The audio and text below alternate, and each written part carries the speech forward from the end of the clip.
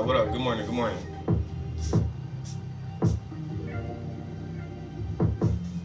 Um, so what I'm doing this morning is basically trying to draw up the design for my brush holder.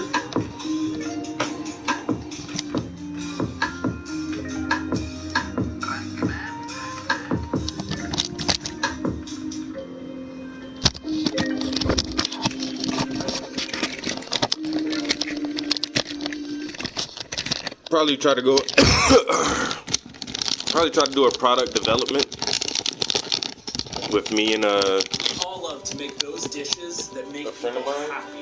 Tonight we're making some bacon wrapped green beans. Cook this tenderloin. So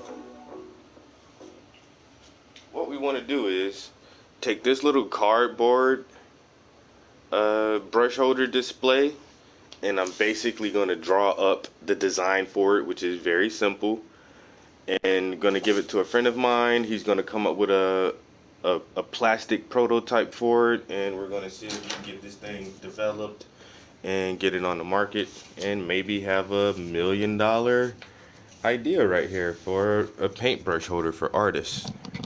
So I'm basically taking this and drawing it out and just putting like some measurements on it so that he can see it. And he is a product developer himself, so he can make alterations or changes in the measurements or whatever he sees fit to it. But I'm just, like I said, I'm just trying to get the basic.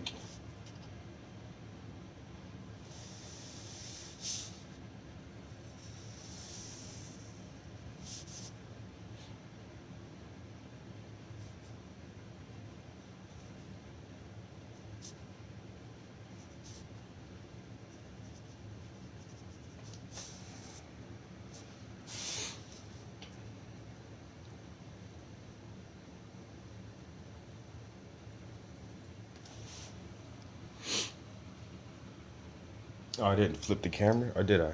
The camera's correct, isn't it? Where is something that has letters? Can you read?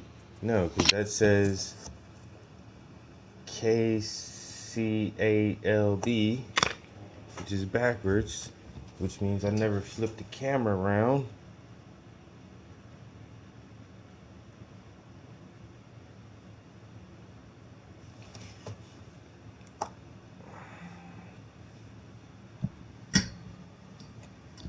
And I'm going to move this. Let's see. Oh my God.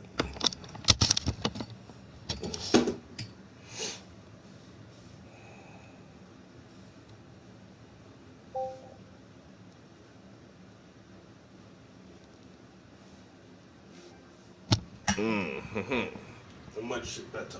Much better.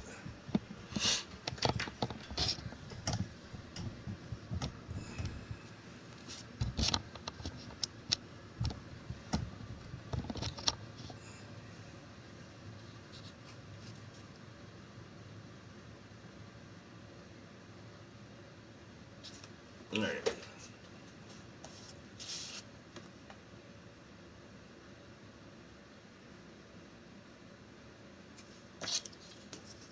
So was that 3/4 of an inch?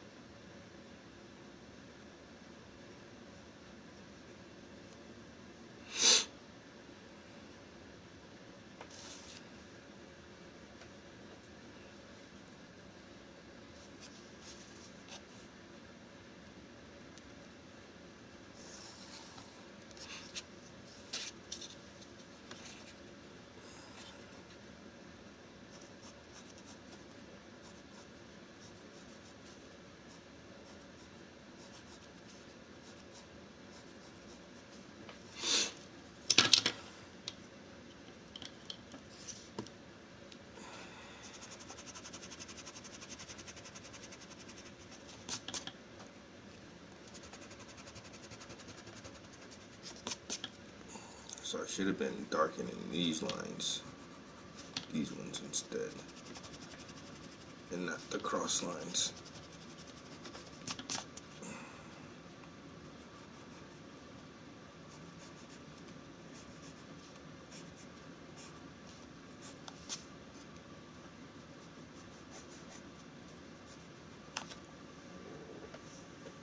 Do they even need to be that wide?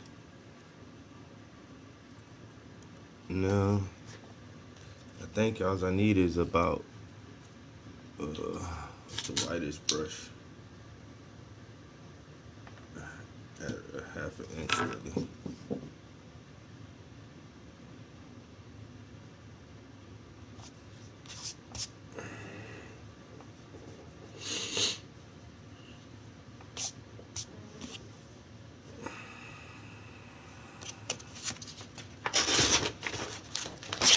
Alright, we're gonna start over. Like I said, it should be a simple drawing. Why can't I just do line drawings? I hate this shit, yo. That's why I need AutoCAD. Alright. Literally a 10-inch line. So if this is 10 inches here. And then what if I only want it to be maybe an inch and a half? Okay, inch and a half there. Inch and a half here. Let's get that line. Alright, nice.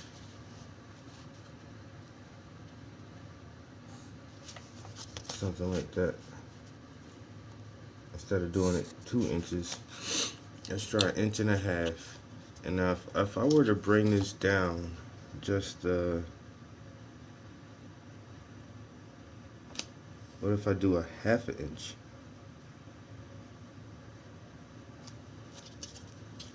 How deep is that?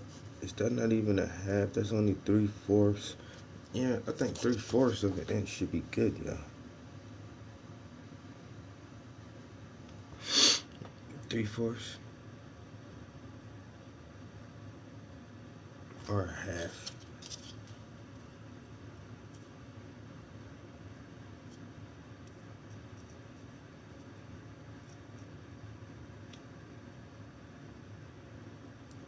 A half an inch. So if this is an inch, let's do a half. Let's do half of one of these.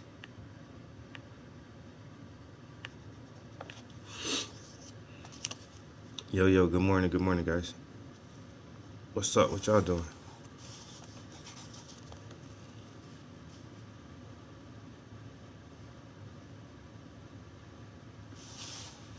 Alright, so this is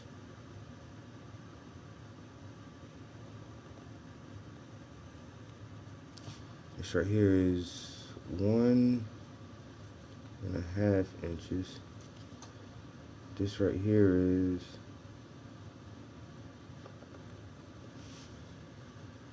a half an inch.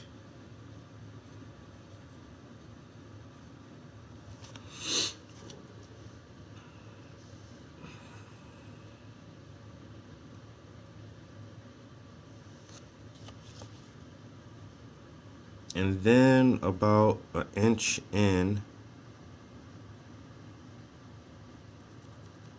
on both sides. I need a mark there. As a matter of fact, on these, I only want that to be about 1/4 of an inch, and then we're gonna go up the same. Or should I go up? I'll go up a half an inch here as well.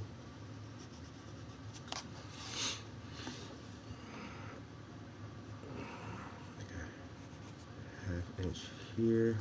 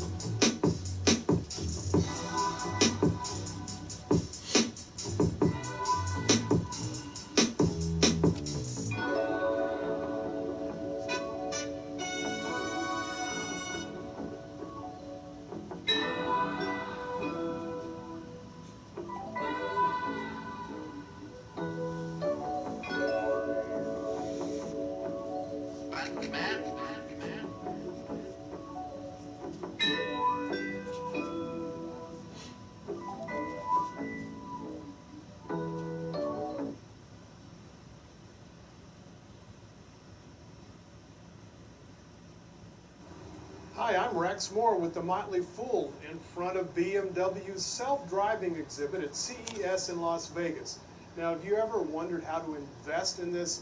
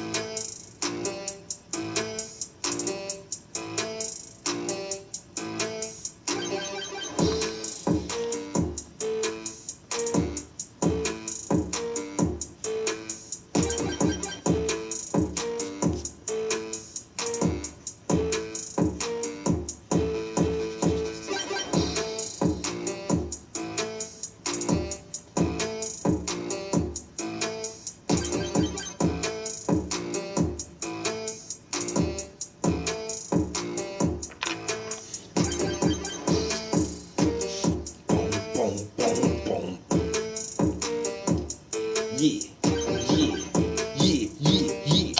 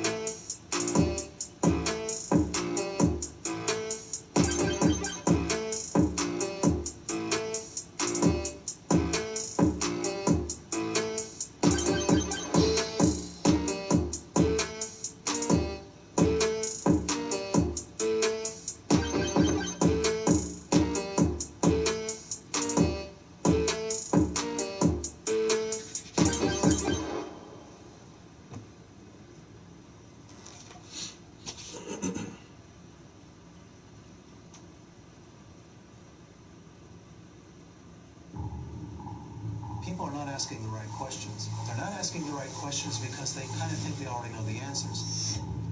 Technology is being used that we would never believe. Mm-hmm.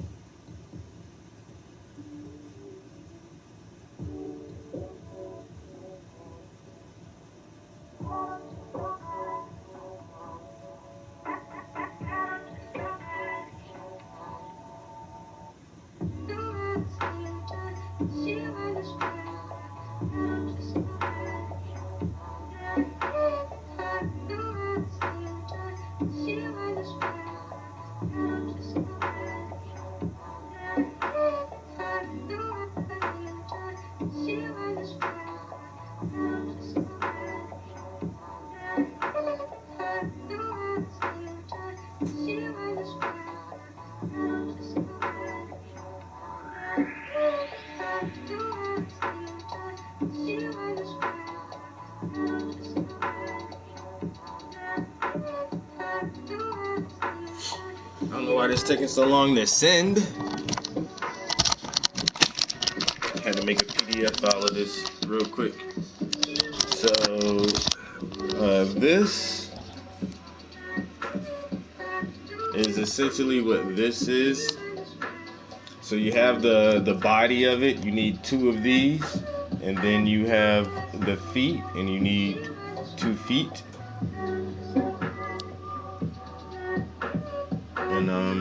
And if you do that, you'll get one of these.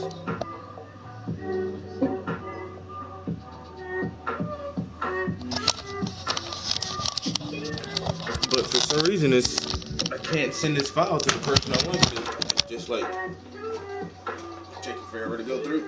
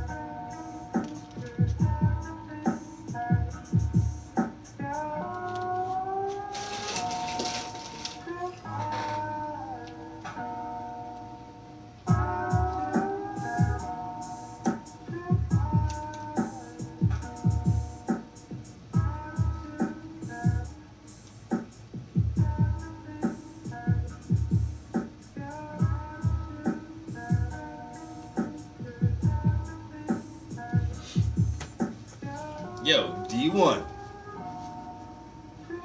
What it do, bro? I just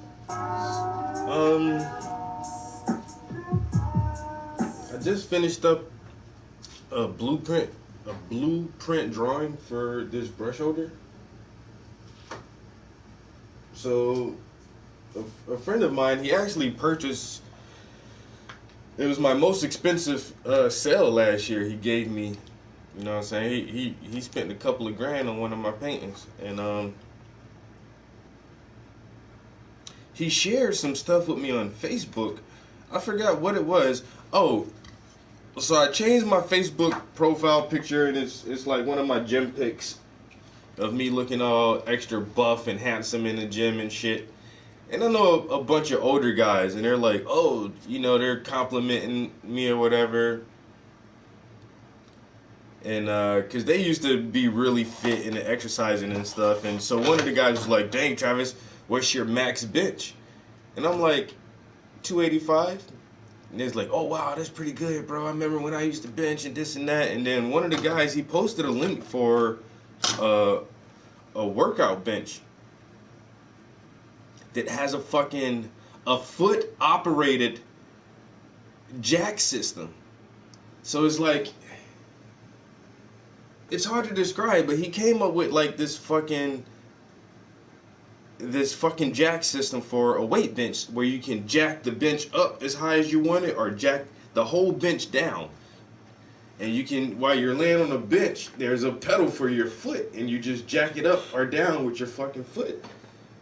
Fucking great design for a weight bench. And my man came up with that shit, yo. And then he said whatever company he did that for, he came up with a couple of other designs for some workout. And the dude is loaded. Like, if you go to his property, you see his house.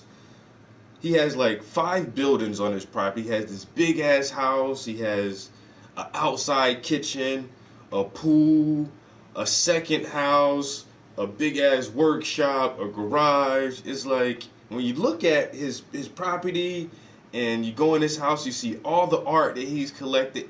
And he spent like several $1,000s with me for a painting. I'm like, yo, this dude is fucking loaded.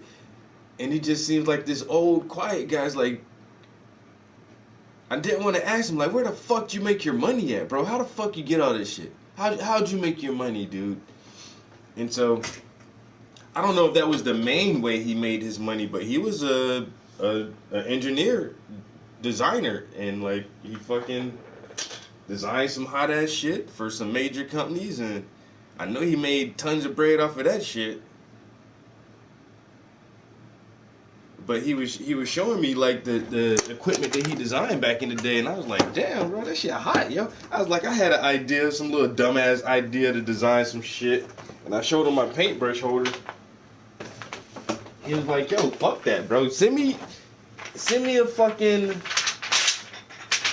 I'm sitting up here ripping off kind of shit. He's like, send me a design for that shit, bro.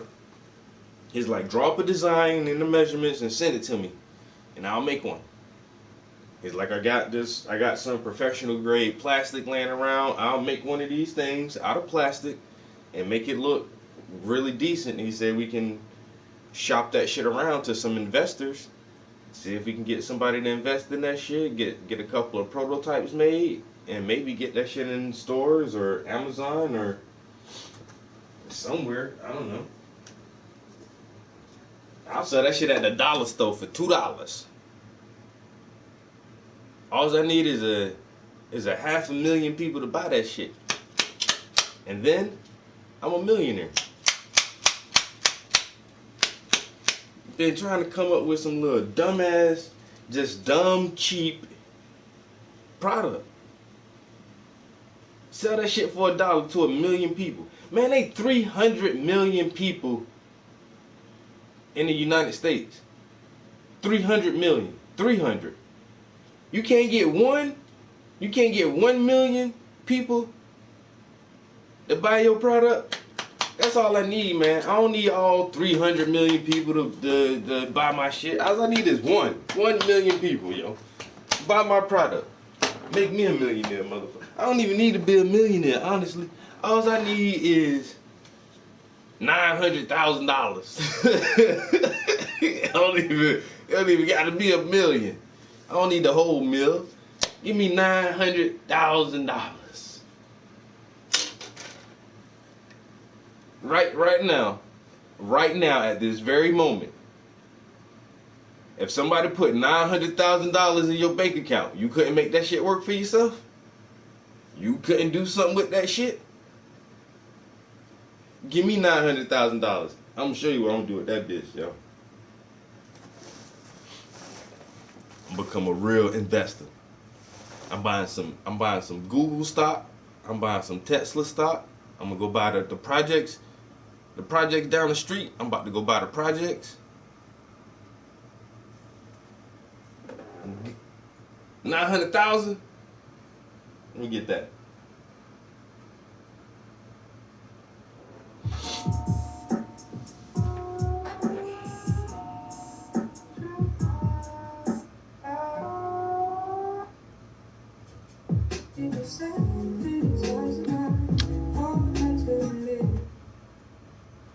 The grocery store. It's a little different these days. That's why.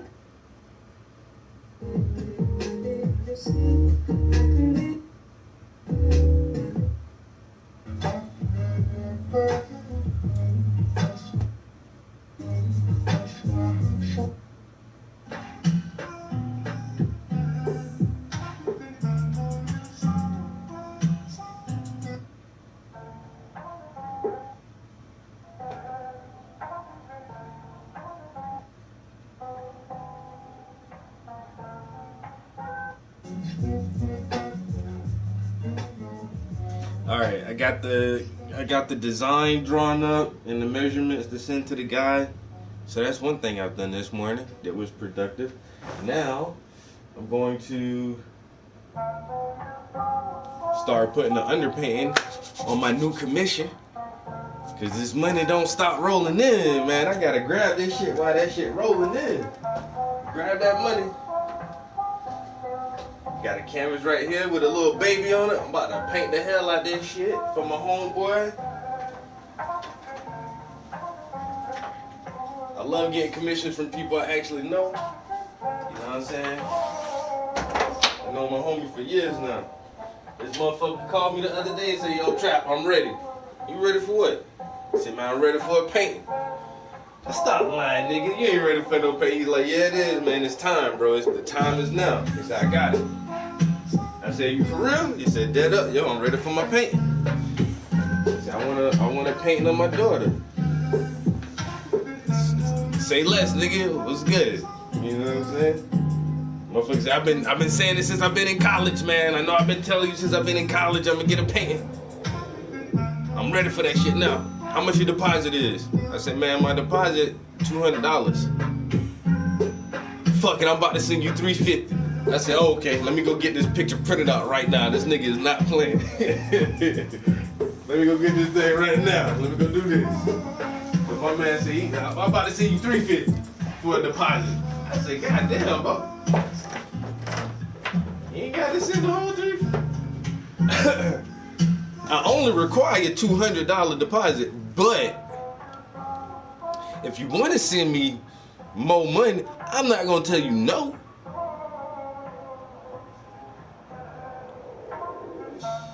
Shit, I had to pay property taxes the other day too, man. That shit went straight to my damn taxes. I ain't gonna lie. I went to get some money orders, man. I had to pay like almost $600 in property taxes. But that's for.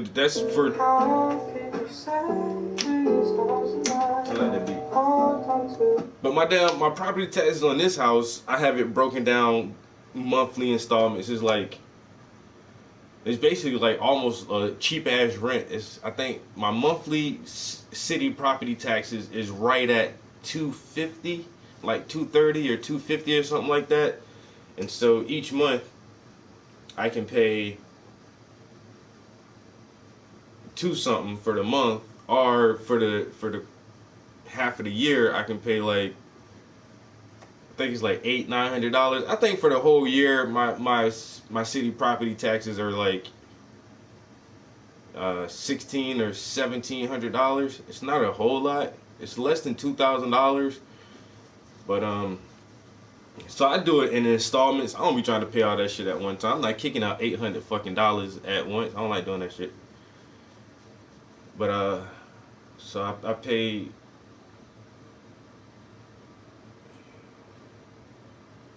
I paid about $300 on taxes here, and I paid about $300 taxes on my property in South Carolina.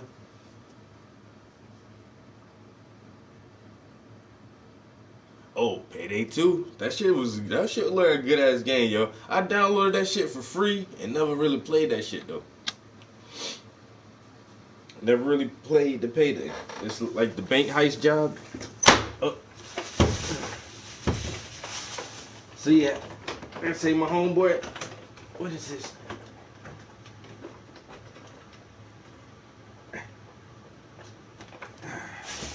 Actually, I already know I had to pay them taxes too. Then my homeboy sent me an extra big deposit.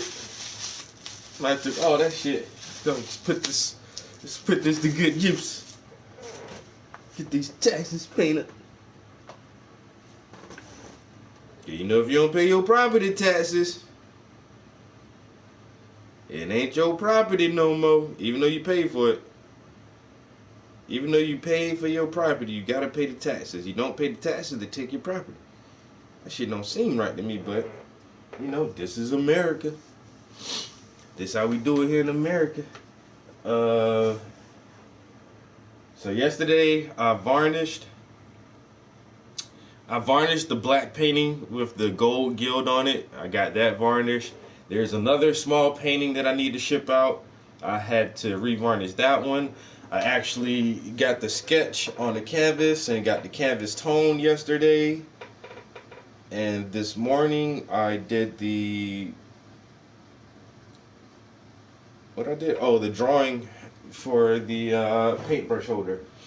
And I got that emailed over to the guy so he can, hey, Alina. So I got that shipped over, sent out to the guy so he can look at the design for it. And yeah, so already being productive early in the flipping morning. What it is, Sunday? It's Sunday morning. I got work tomorrow. So we gotta get shit done today. Gotta be productive today.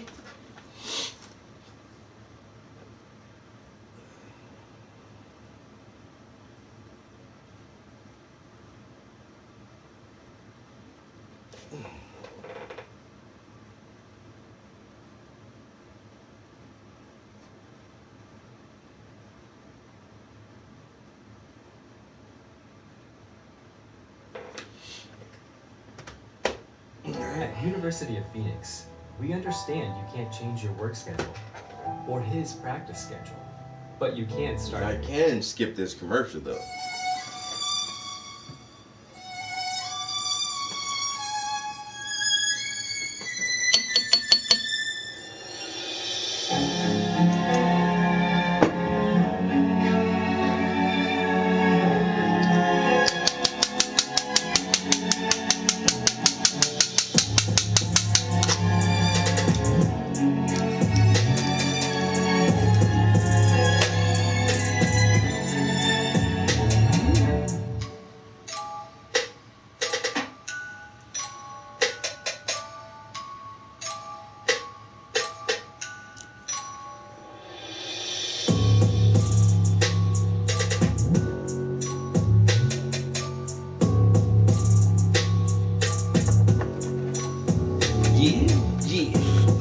Cause I blow one and sticky icky.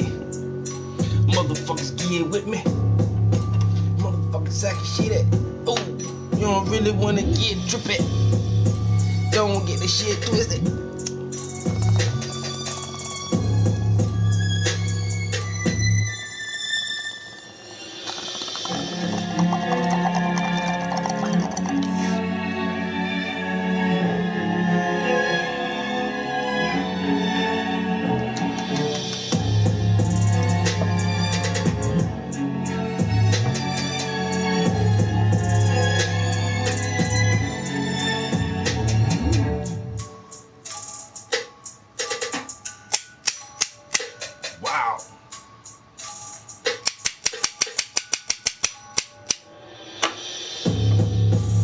Don't get it twisted. Yeah. Stay on the mission. Yeah. And no intervention. Man, when I really getting blistered. Oh, don't get it twisted. I stay on the mission. No intervention. Oh, when I really getting blistered. Don't really drink it like. Really have me thinking like.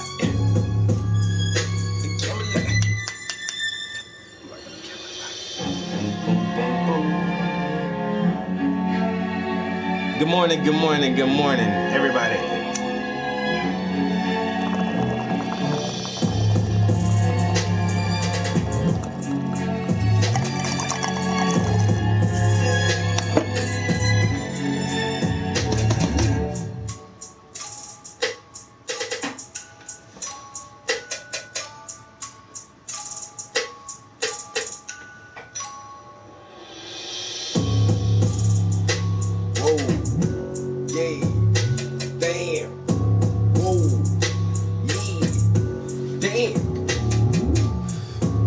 Brought no fucking orders up here. I need to make a little shopping list. I might hit the grocery store after this shit real quick.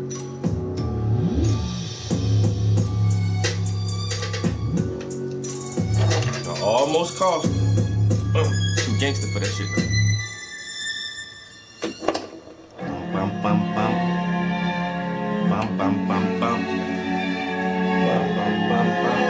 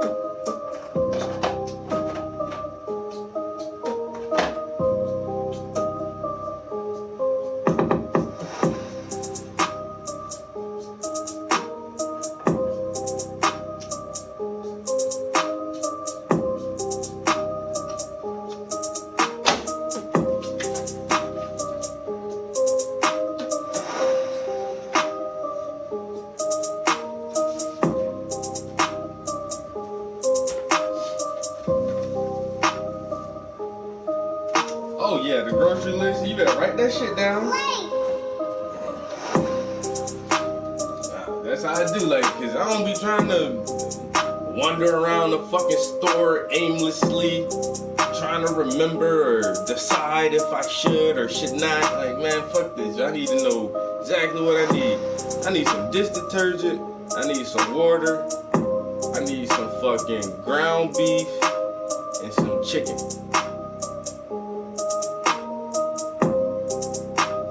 I gotta look and see if I need to add something else to the list, but I ain't trying to be in the store searching for shit, man. Fuck all that. Like I said, I really need to look for a goddamn some sales, yo. Whoever got a fucking meat sale, cause I really want to spend like $200 on meat, so I don't have to go back to the store for that shit for a minute, yo.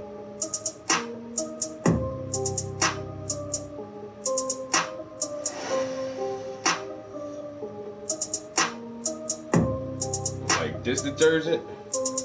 I bought a fucking big ass bottles of dish detergent, and I just threw one away and reached under the counter and pulled out the last one. So it's a big full one, but it's the last one. So I'll buy 3 of them shits, throw 3 of them underneath the sink, so you won't have to keep going back to the stove for that shit.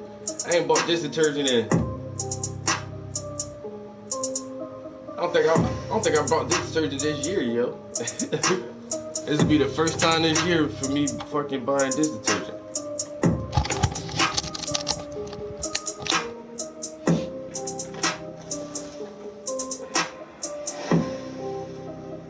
Some of these they're wet inside. That's still wet on top.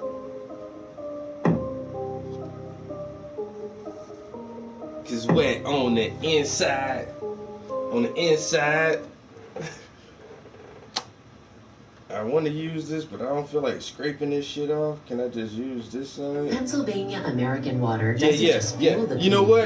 community, PA American Water is trying to charge us fucking more money, yo, for water. Yo, our gas bills are going up and our water bills are, yo, the cost of living is going up, yo. And in my area, in my county, yo, the gas company's talking about throwing an extra $10, $15 on your gas bill each month.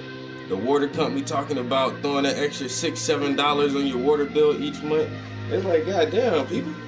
Wait, y'all motherfuckers gonna give me an extra $1 on the hour at work? The cost of living going up, but the wages ain't going up. I think they doing that though. You know what I'm saying? I almost think that they set to increase the minimum wage. Yo, what up, guys?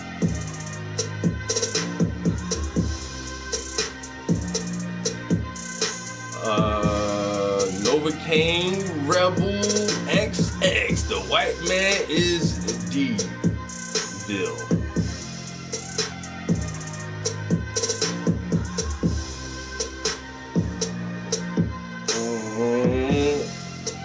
It's too early for this shit, man.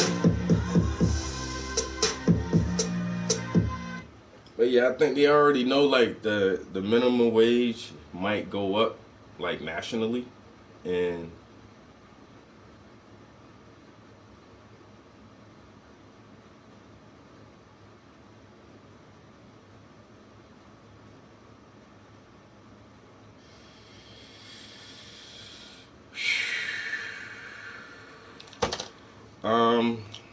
yeah.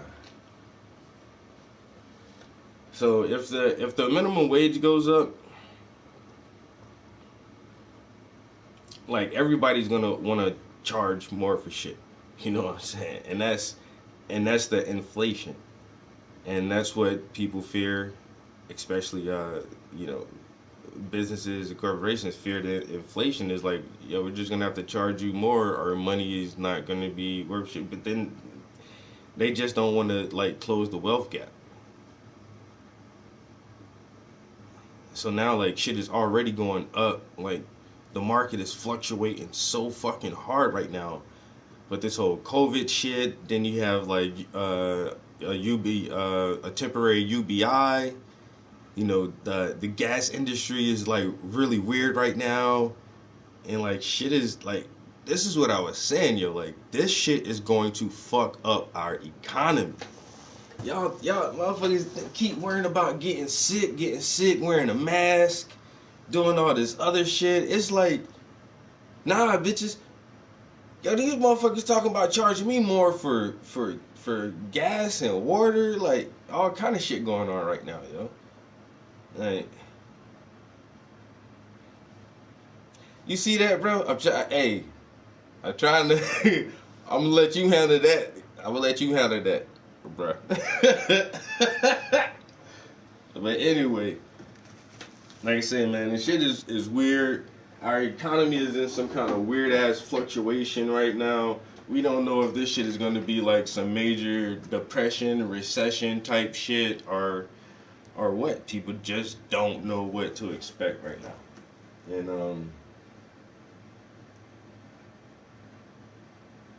I don't know, it's hard to save money if you're not fucking working.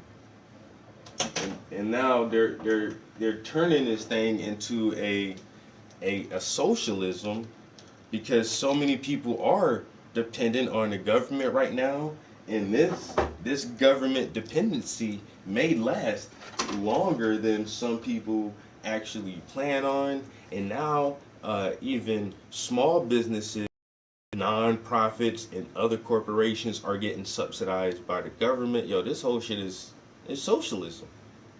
It is a social way of taking care of society. All the taxes are pooled into the federal government. The federal government arranges and reallocates and distributes those funds as needed back to the public and the businesses. It's a democratic socialism. Motherfuckers are scared of this shit. Motherfuckers are scared of socialism, but they're begging for it right now.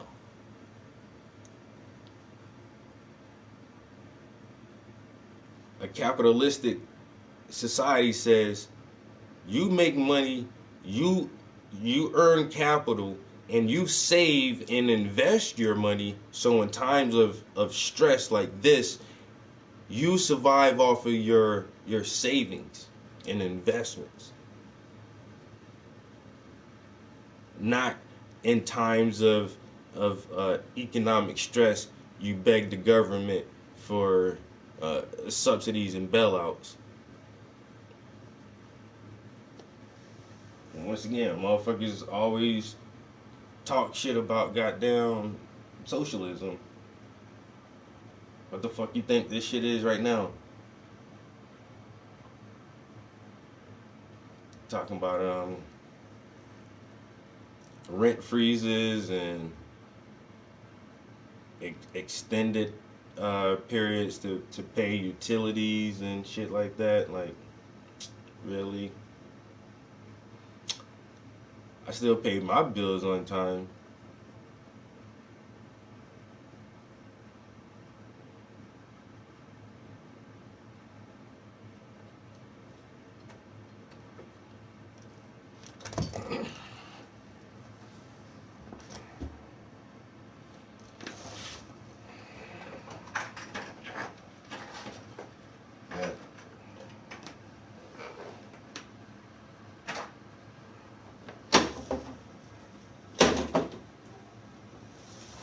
Say, man, shit is getting fucking weird.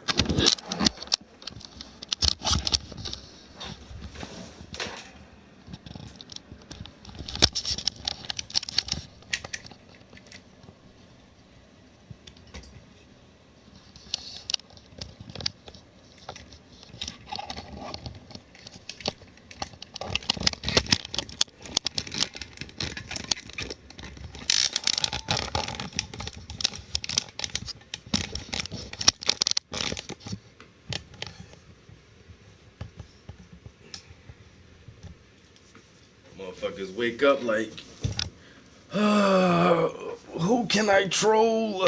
Let's see. Motherfucker ain't even brushed their teeth yet. Hey, bruh, go wash your face. Brush your teeth. You know what I'm saying? Get the crust out your eyes, man. Get that funk off your breath before you start trolling motherfuckers. God damn. What time is it? Shit.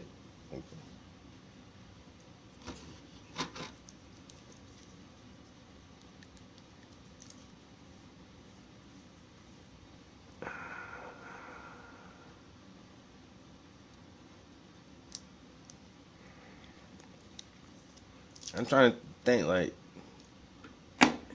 internet trolling is so weird because there is really nothing to compare it to, like, when I was a kid. You know, like, when we was kids, Ding Dong Ditch? That's the best thing you can compare to trolling, like, ringing the doorbell and running and getting somebody to come to the door and nobody's there. And it's like, What the fuck, yo?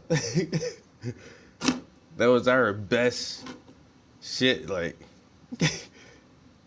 nowadays, motherfucker could just jump up anonymous and just say the most outlandish, offhand shit. Like, why? I mean, what even makes you want to say that? Who are your parents? What? Where do you live at, bro? Where are you from? Where are your parents, man? And sometimes you can't even blame the parents, cause yeah, I can blame the parents. Fuck that.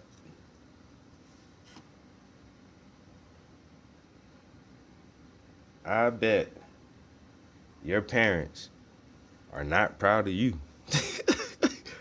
You are not the kid they brag about when they talk to their friends, their co-workers, and their church members. You know, you are not that child. They will never say who is their favorite child, but you are not the one they talk about.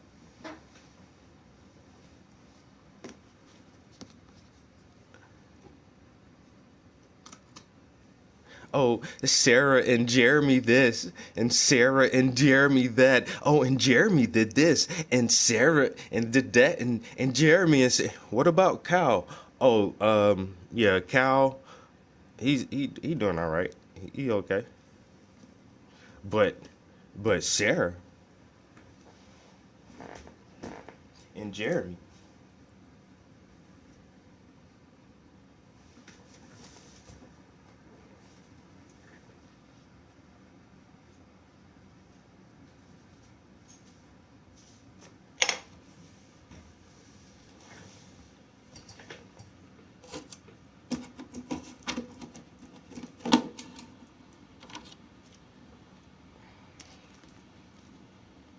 I might just keep these out.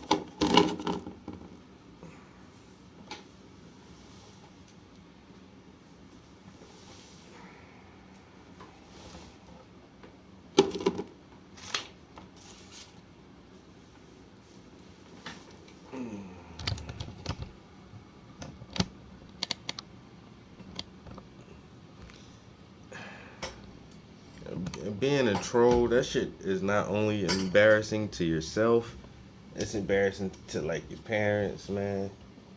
That's like being a racist.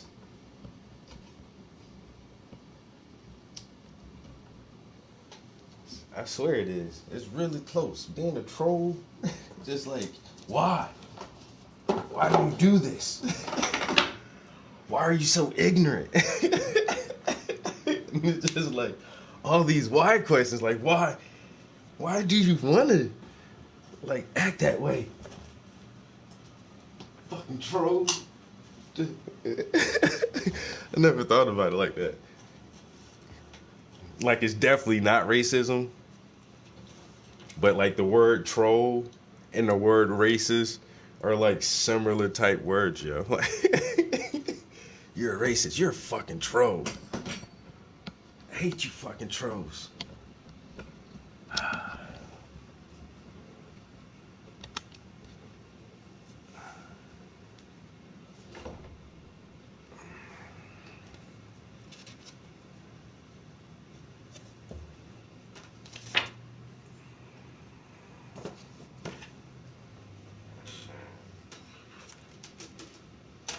Let's see what we got here. Oh, shit.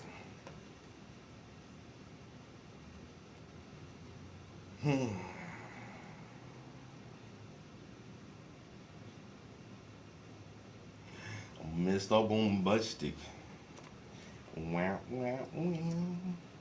Coronavirus concerns at White House grow as staff members. Oh, what is it? I can't finish reading the headline. How much is it? As staffers test positive. Ooh, shit. What? What? Yeah, I saw it on TV.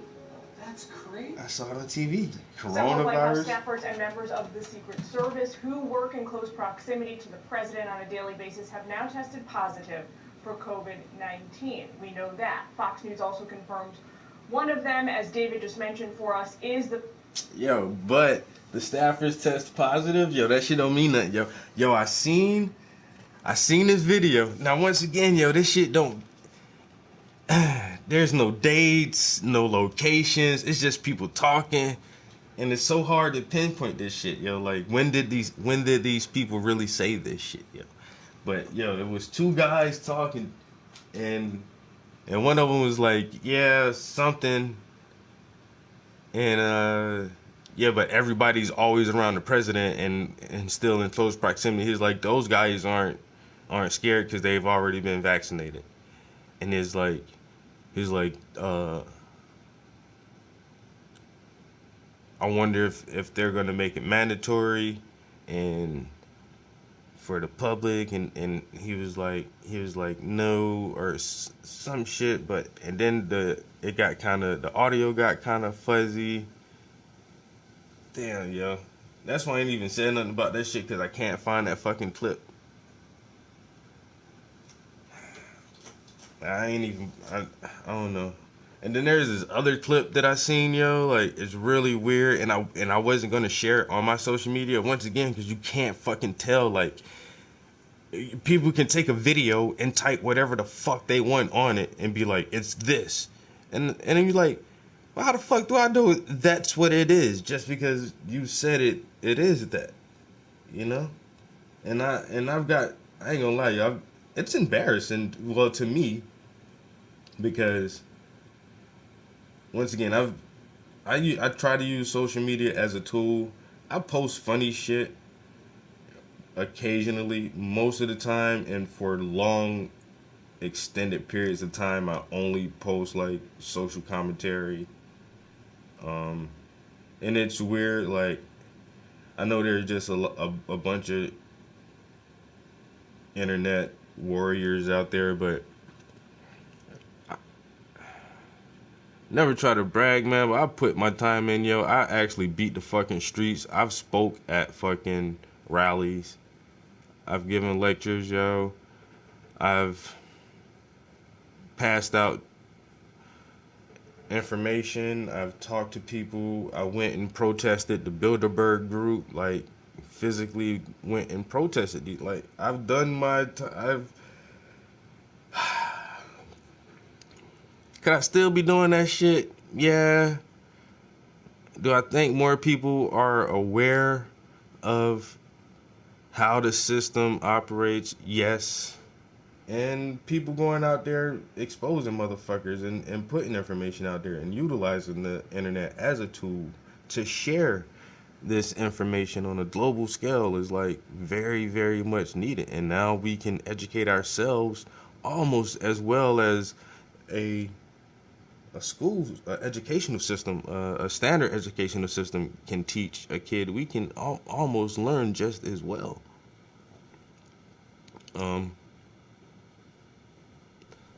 But and so I'm highly critical of, like, information, and I want shit to be truthful, if I agree with it or not.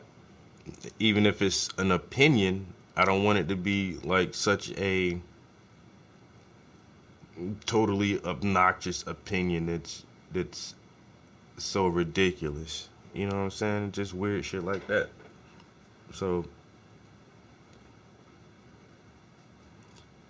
I've been called out on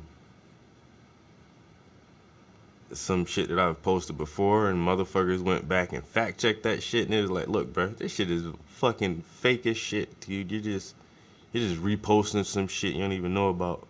And I'm like, damn, now I gotta go back and really read this shit and research this shit and be like, oh, the motherfuckers did. Hey, okay, you're right, my bad, because I ain't looked deep enough into that shit. I just reposted the first thing I saw. And so I try not to do that shit, yo.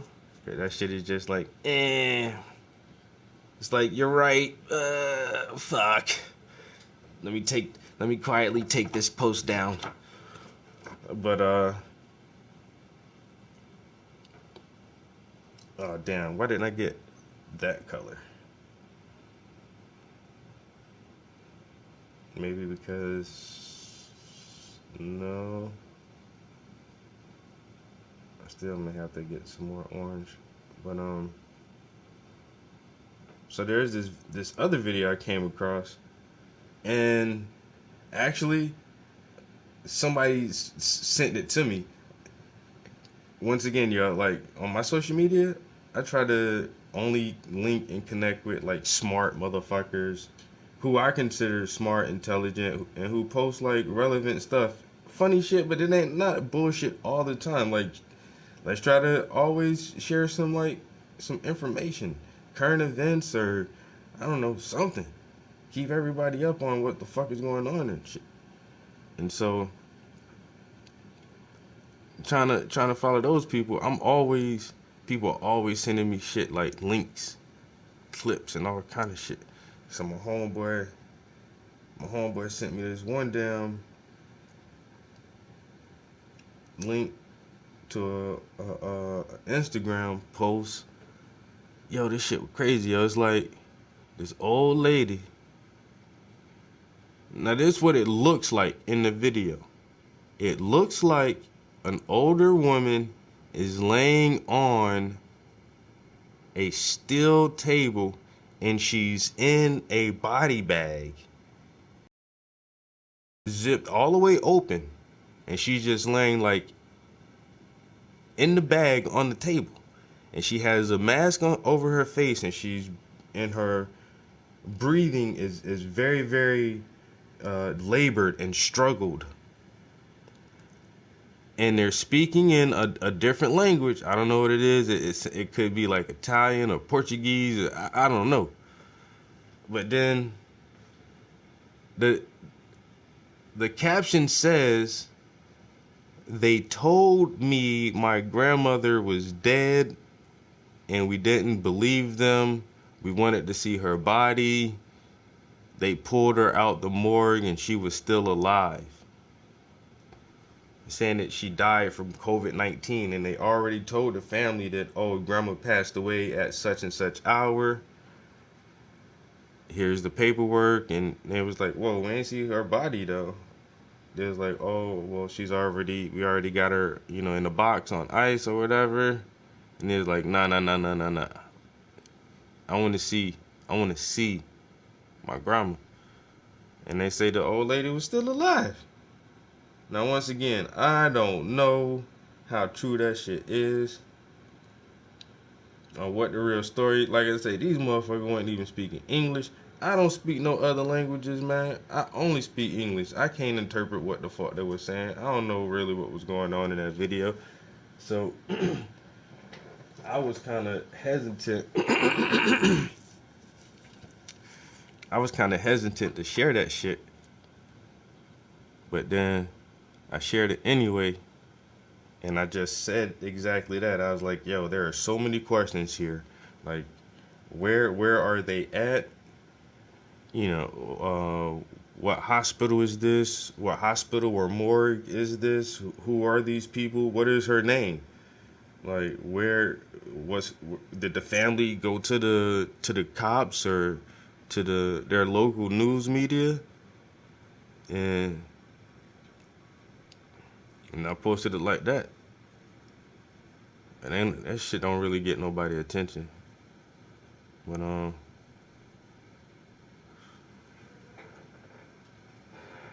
was like, damn, that shit crazy. How you telling me my grandma died from COVID-19? I asked to see the body. And she not dead. Something fishy going on. But at the same time, like, that's just some random news clip, or not even news clip, some random cell phone footage from wherever. Could that shit be like some behind the scenes for a movie production, or I don't know, man. Some spoof shit.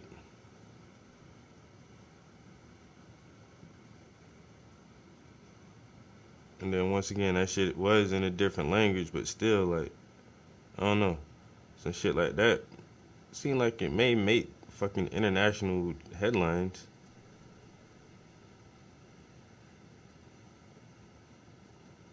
I'm gonna have to look into that some more.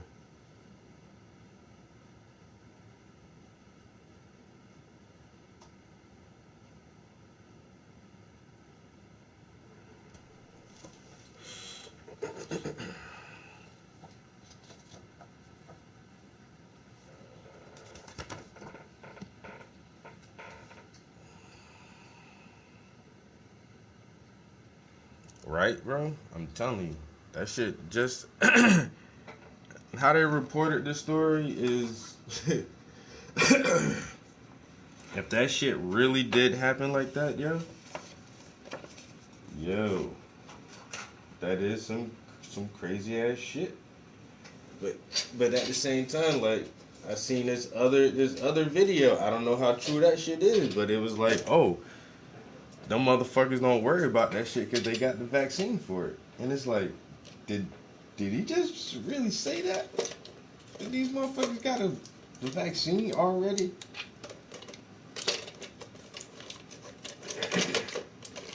Man, this world is weird as shit. But at the same time, like I said, trying to use the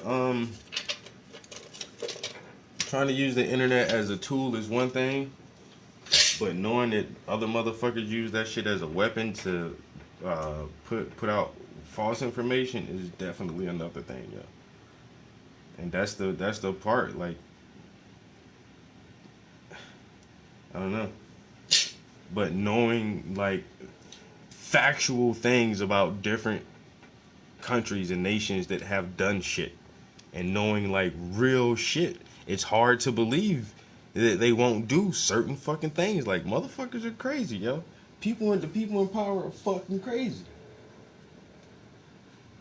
Vice President's Press Secretary Katie Miller joining us to break down testing efforts at the White House and across the nation is Director of Harvard's Global Health Institute, Dr. Ashish Jha. Dr. Jha, we always love speaking to you. Thanks so much. Yeah, what happened to the other doctor, man? You're very busy Fauci. for us. We appreciate it. My pleasure. Thanks for having me on.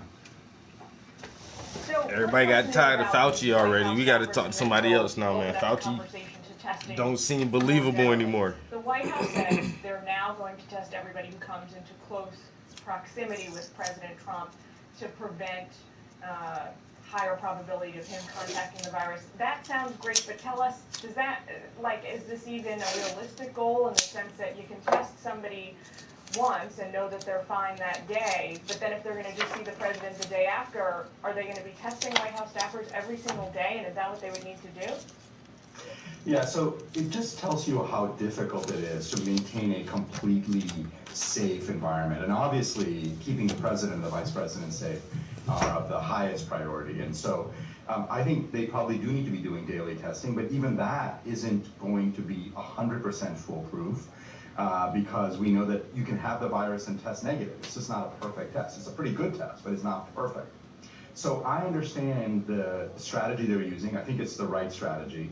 But it's a reminder that even in the White House, with daily testing of all the staff, it's not 100% in terms of making sure that no one who's infected gets near the president. Is there any way to get to 100%, or you're saying that's just take it off the table? It's not something that anyone could realistically do. So again, the goal is, 100% I don't know how we get to, but you can get pretty close, right? And the way you do it is you limit the number of contacts with the president. You do make sure you test all those people. You keep those people reasonably quarantined, so those people should not be going out to restaurants and bars. Not that bars are even open, but you keep those people in relatively confined spaces. And I think you can protect the president. I'm not saying it's impossible. I'm just saying 100% is always hard, but you can get pretty close with lots and lots of testing. So now when we look at the rest of the United States, we're kind of split between states that are staying shut, states that are reopening or trying to reopen their economies. You said, there are these widespread protests now against certain businesses that are staying, against governments that are keeping businesses closed, But you say to those folks, don't hate the stay-at-home orders, hate the lack of testing that got us to those policy solutions in the first place, right? Yeah. Yeah, so look, even the president, I mean, just by his action, what's happening at the White House, it's an acknowledgement that testing is really helpful. It's not the only thing we need, but it's a really critical part of keeping America safe. And my take is, if that's the strategy the White House is using to keep that workplace safe, that's the strategy we all should be using. Now, again, not everybody needs to be tested every day.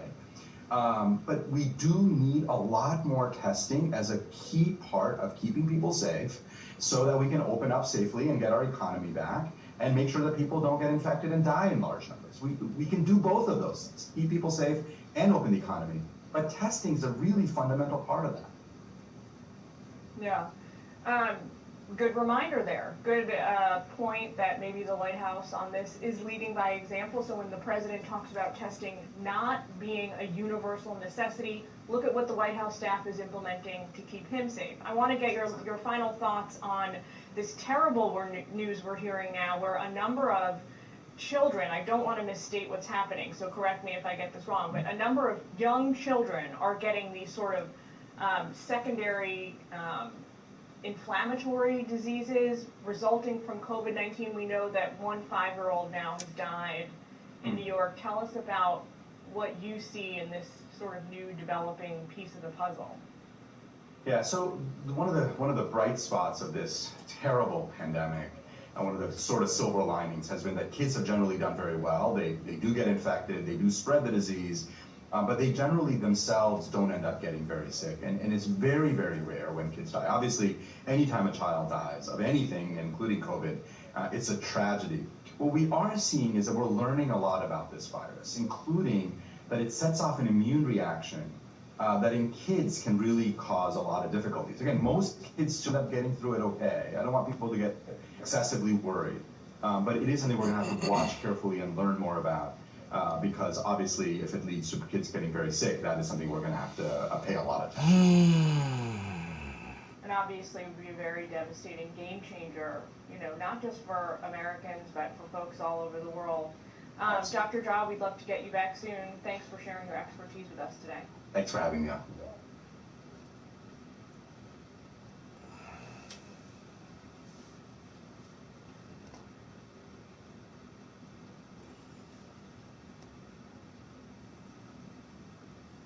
Here we go.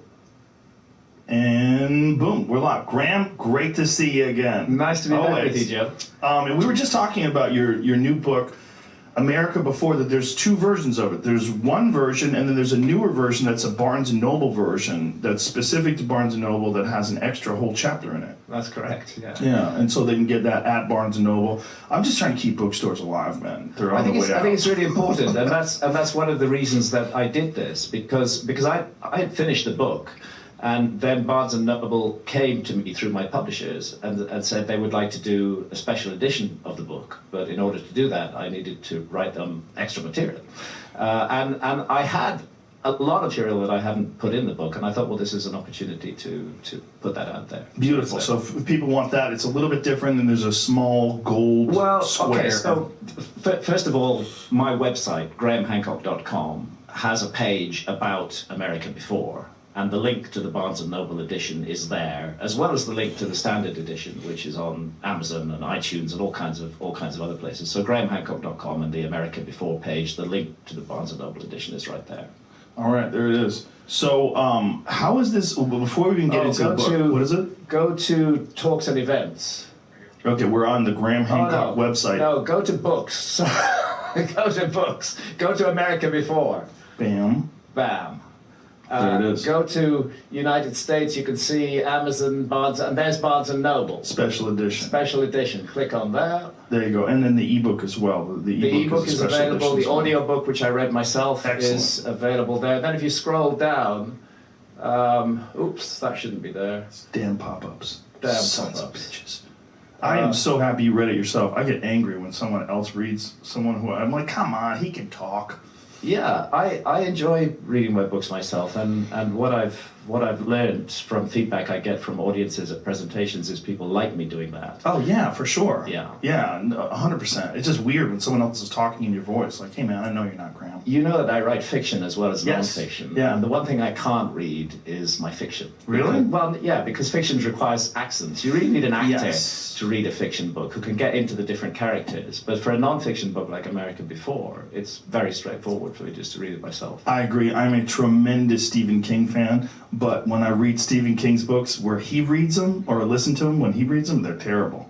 He's awful at it. I don't think a novelist should read their own novels. I think that's a job for an actor. Oddly enough, I've just been reading Stephen King's Dark Tower series. The Dark Tower was.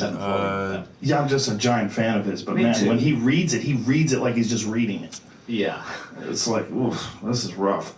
Yo, so the Dark Tower series is actually the only series that fucking Stephen King ever did, yo. Or is it his longest series? I think the Dark Tower series has like 4 or 5 books in it, maybe.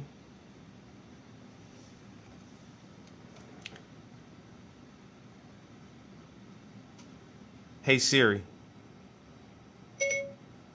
look up the Stephen King's Dark Tower series. Okay, I found this on the web for look up the Stephen King's Dark Tower series. Check it out. The Dark Tower is a series of 8 books and 1 short story written by American author Stephen King, incorporating themes from multiple genres, including dark fantasy, science fantasy, horror, and western.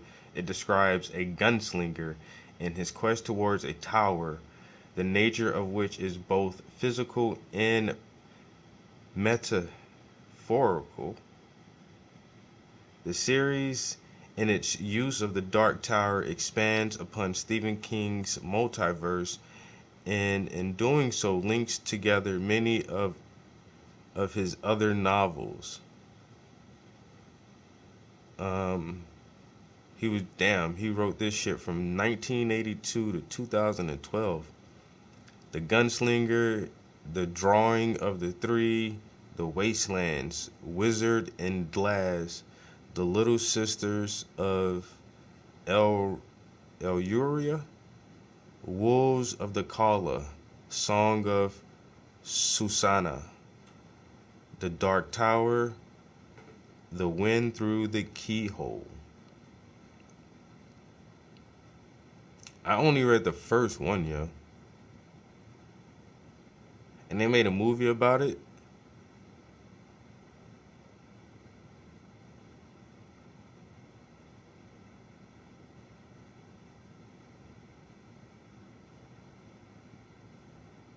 Yo, together all these novels are over 4,000 pages. Wow.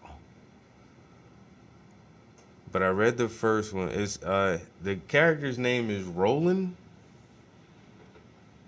And my homeboy at the time, he was reading the Dark Tower series. And I think he had like, so there's 8 books. I think he had like 4 or 5. And at the time, he thought that was all of them. But he was reading that shit before 2012, though. So the last book didn't even come out when he was reading that shit. And, man, he was telling me about the stories, yo. And I was like, dude, you gotta let me read that shit, man. So I read the first one. And, yeah, that shit crazy, yo. I got a lot of Stephen King, yo. And like I say, Stephen King, his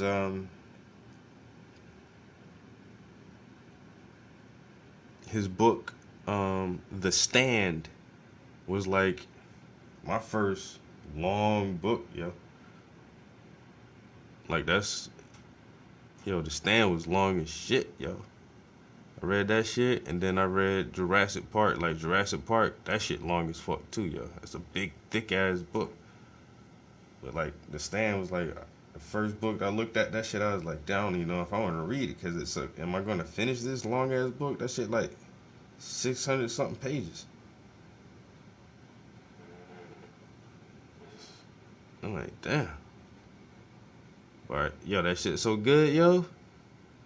It make you wanna read that shit, yo. The Stand was a good ass fucking story. They made a movie about that shit, yo, and actually had like some pretty decent actors at the time. But the shit, I mean, the story is so long and detailed and immersive. Like it had to be like a long as miniseries movies. But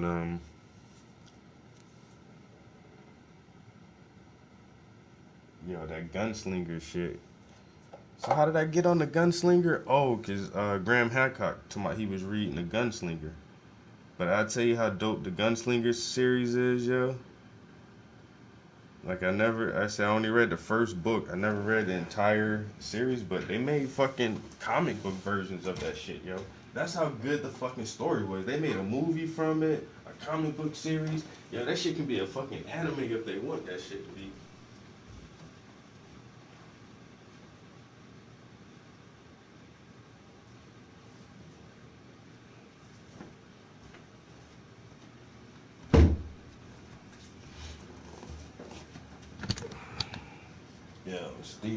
Stephen King, The Dark Tower,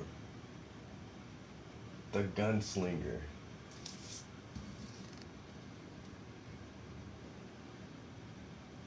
The Long Road Home, yo. The Dark Tower. Marvel, yo. A lot of people skip right over this shit. But after I read cause I was still buying comic books like for a long time, yo. And I don't know. Like I said, I read the first novel, and then I was in a comic book store just looking at some shit, and I came across this shit. I was like, yo, wait a minute. They got a hardback, nigga? I was like, no, let me get that. Yo, and it's so nice. The story is so good, yo. The illustrations are so nice. Yeah, that shit looks so good, yo. I love the colors.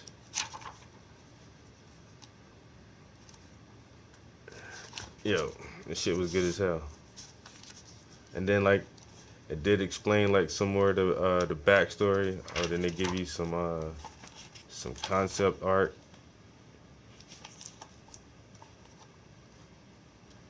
Some of the characters.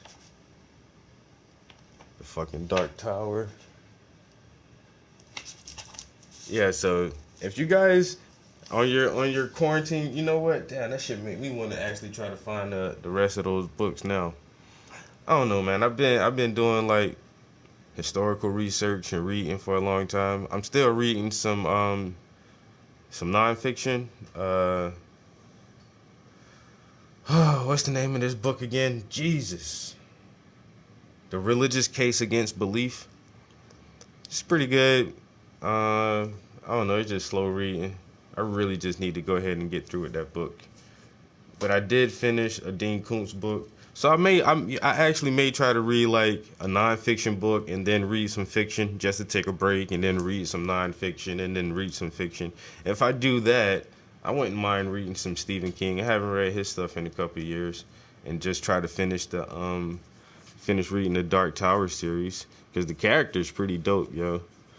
And if I'm not mistaken, yo, those color panels, man, those shits are just so nice, yo. Those reds. Oh, that's a main theme through here, yo. That red was everywhere. Yeah.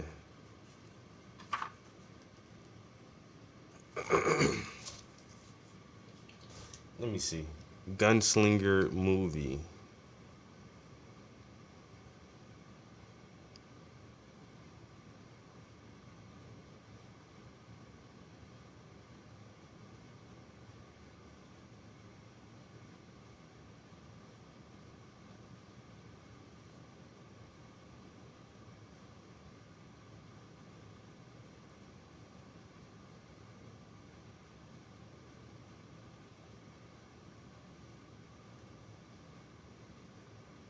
Dark Tower.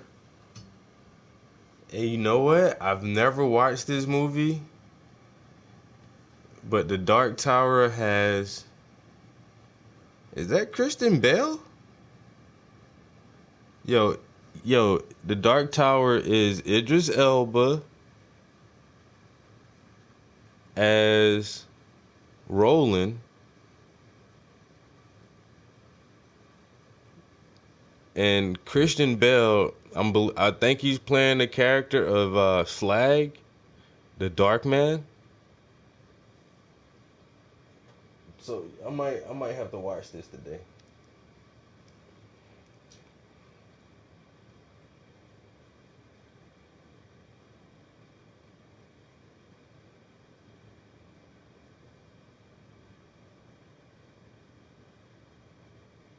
That turkey bacon.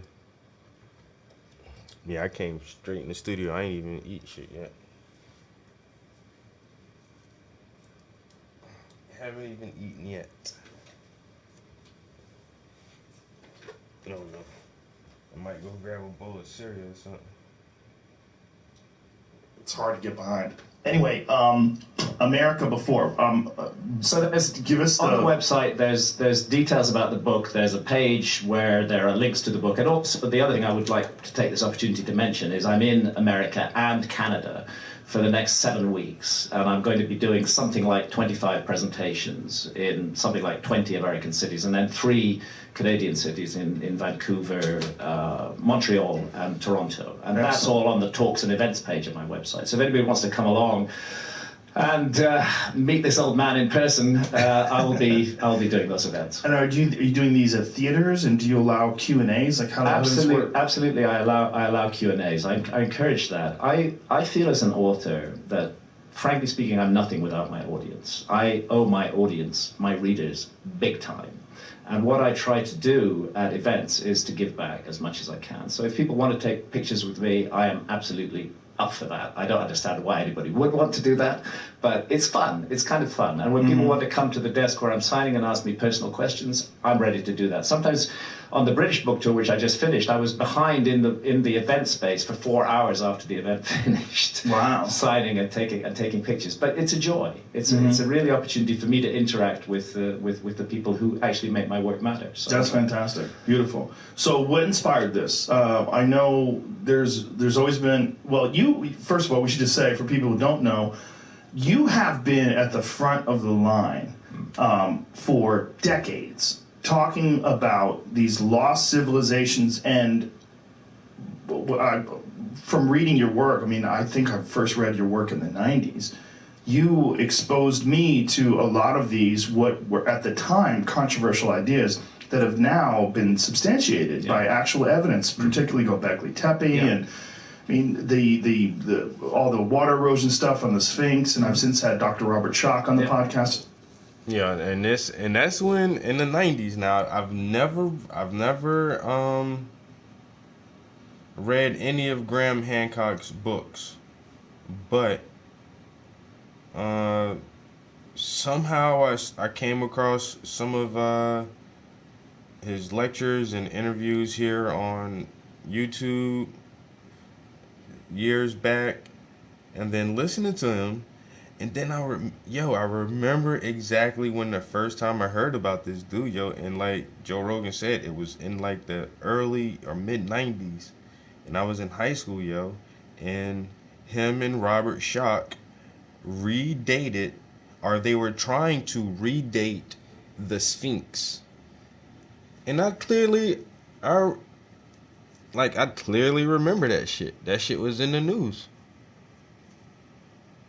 Oh, geologists say that Sphinx may be older than it is.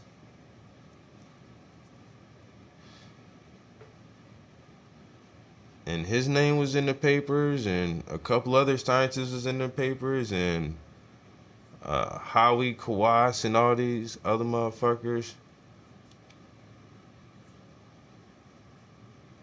And everybody was like disputing that shit big in the 90s, That shit was like big news. Motherfuckers trying to Egypt and shit. But he was a part of that. Graham Hancock. Skills to the construction of these sites, but what they never considered possible was that a society that was hunter-gatherers would have created a gigantic megalithic site, and then suddenly Göbekli Tepe is discovered. It dates to 11,600 years ago. It's more than 5,000 years older than the supposedly oldest megalithic architecture in the world. And it is in the center where there had been no previous evidence of agriculture, but the moment Göbekli Tepe appears, agriculture appears as well. And this is just something that's really hard for archaeology to explain. They've suddenly got 5,000 years of missing history that they've just never taken into account. And what I see them doing is largely avoiding the problem rather than getting to grips with it directly. And in fact, there have been a great number of changes in the last 20 years, which have worked generally in favor of the arguments that I've proposed. Well, I'm so happy for you because I know that for a long time you were out there on your own with a lot of these theories. Very much so, and also subjected to the most blistering and deeply unpleasant criticism from the archaeological fraternity and from their friends in the media, like how dare this journalist propose that history might be different or that we might have a forgotten chapter in the human story. It was regarded almost as offensive that I would put this material out there, and I felt it was their responsibility to show the public I was full of shit, and that was the whole way my work was greeted. It, to an extent, still is greeted by archaeologists, but things changed. Central to my work was the notion of a global cataclysm, roughly 12,500, 12,800 years ago. It made sense to me in 1995 when I wrote Fingerprints of the Gods, but there was no compelling evidence for a global cataclysm then. All the evidence seemed to point to that time and a massive global event. And then from 2007 onwards, more than a decade after I wrote Fingerprints of the Gods, we get a group of more than 60 major scientists who are seriously proposing that the Earth was hit by multiple fragments of a giant comet 12,800 years ago, and that this caused a huge rise in sea level and extinctions of megafaunas. They are not saying that it also wiped out a lost advanced civilization of prehistory. I'm saying that. Yes. But what has changed is that we now have compelling, hard scientific evidence. I'm not saying every scientist accepts it. It's the nature of science to dispute findings. But we have a group of 60 major figures who have seriously proposed this in all the leading mainstream journals. And it's changed the balance of power in this argument. Because one thing that they used to say is Hancock can't be right because there was no global cataclysm, 12 or 13,000 years ago. Well, now we know there was, and there are various explanations for it. So that's moved things along. And the other thing that's changed a lot is the attitude of the man in the street to authority. That has changed. Back in the 90s, authority figures were the gatekeepers. They controlled everything. If an authority figure in a discipline like archaeology said, Hancock is completely wrong, he's made all this stuff up, that would generally be believed, not by everybody, but by the majority of people. Today, to have a mainstream authority figure say that to me is actually an advantage, because people are so distrustful of authority, and rightly so, because we've been lied to by authority figures in all fields for so long. The bullshit has been so enormous that people are finally waking up. We can't trust what authority figures say. And I think we can thank the internet for that. We can thank the internet for that, yeah. I'm sure you've seen the more recent evidence of a crater that they just discovered, like fairly recently. Greenland. Yes, enormous. It's an enormous crater. It's 18 miles wide. It had not been discovered before because it's under ice. It's under a lot of ice. At the end of the Ice Age, Greenland was one area which never lost its ice cover completely, whereas North America, everywhere north of Minnesota, was covered in ice a mile, sometimes 2 miles deep.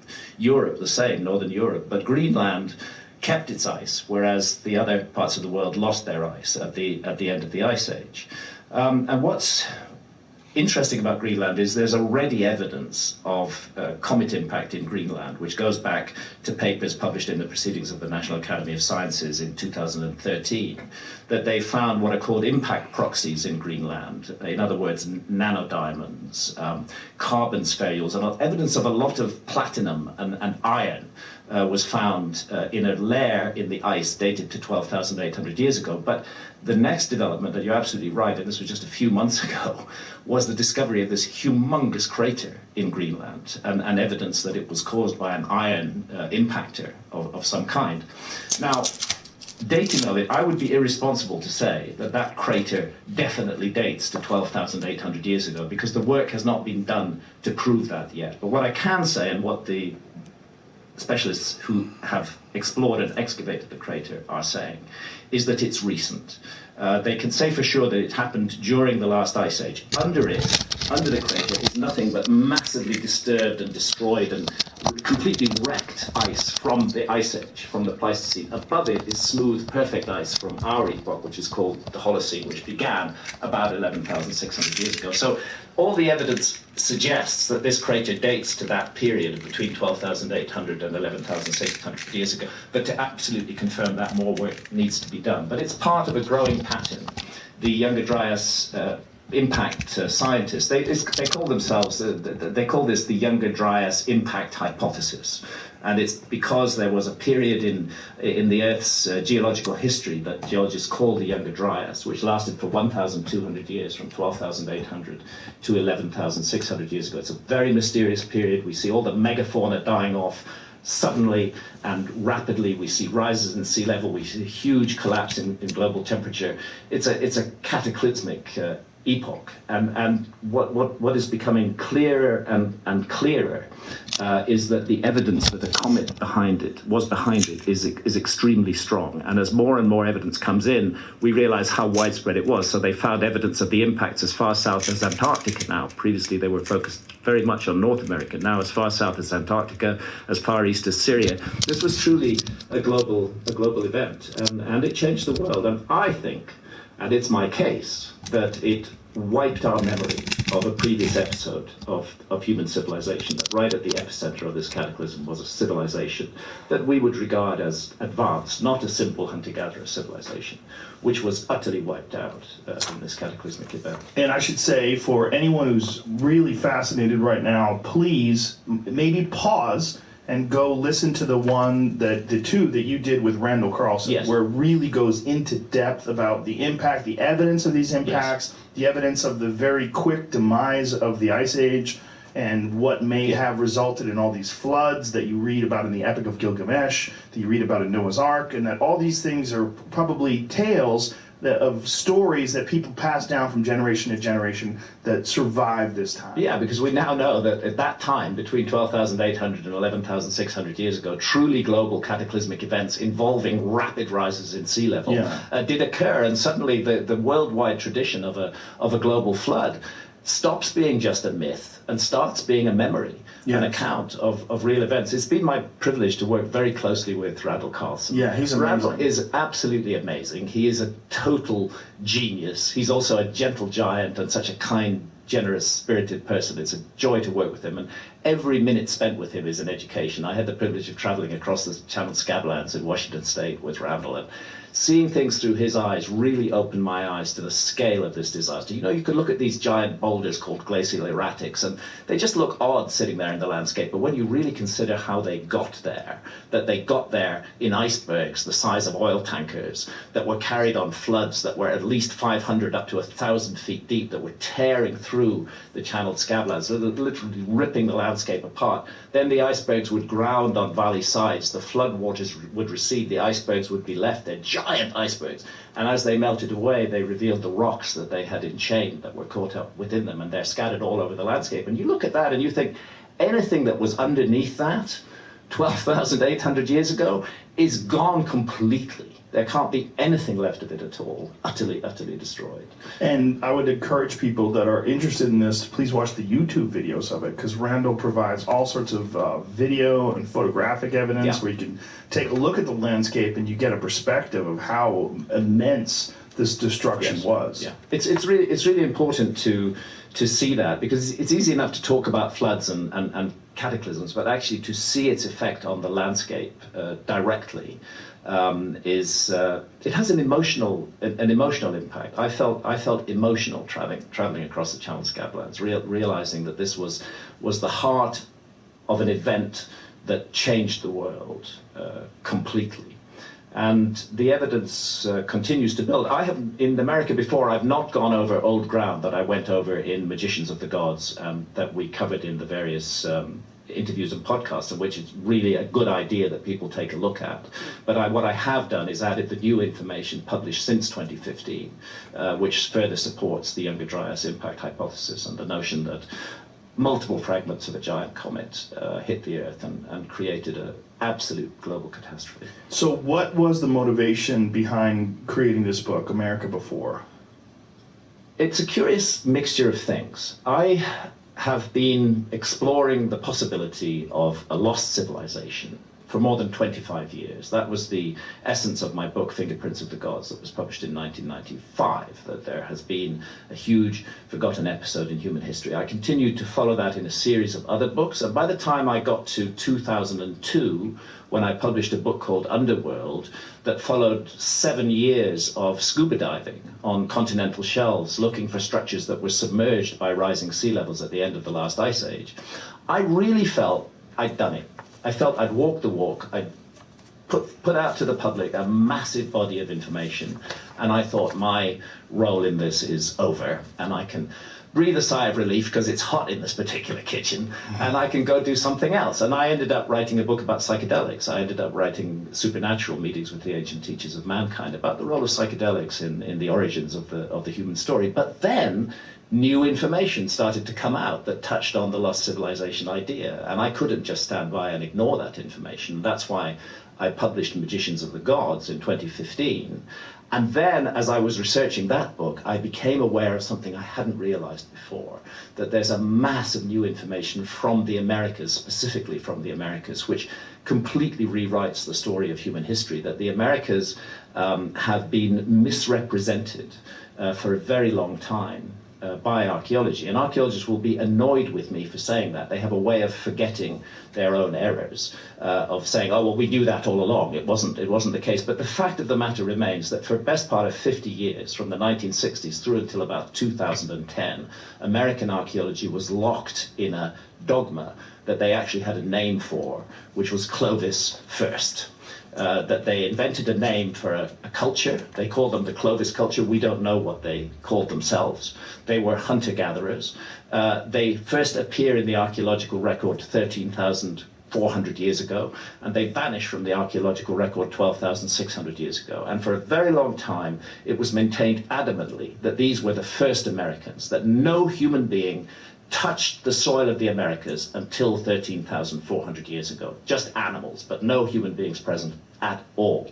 And any archaeologist who attempted to dispute that dogma, and I use the word deliberately, there should be no room for dogma in science, but any archaeologist who challenged that would face severe problems with his or her career.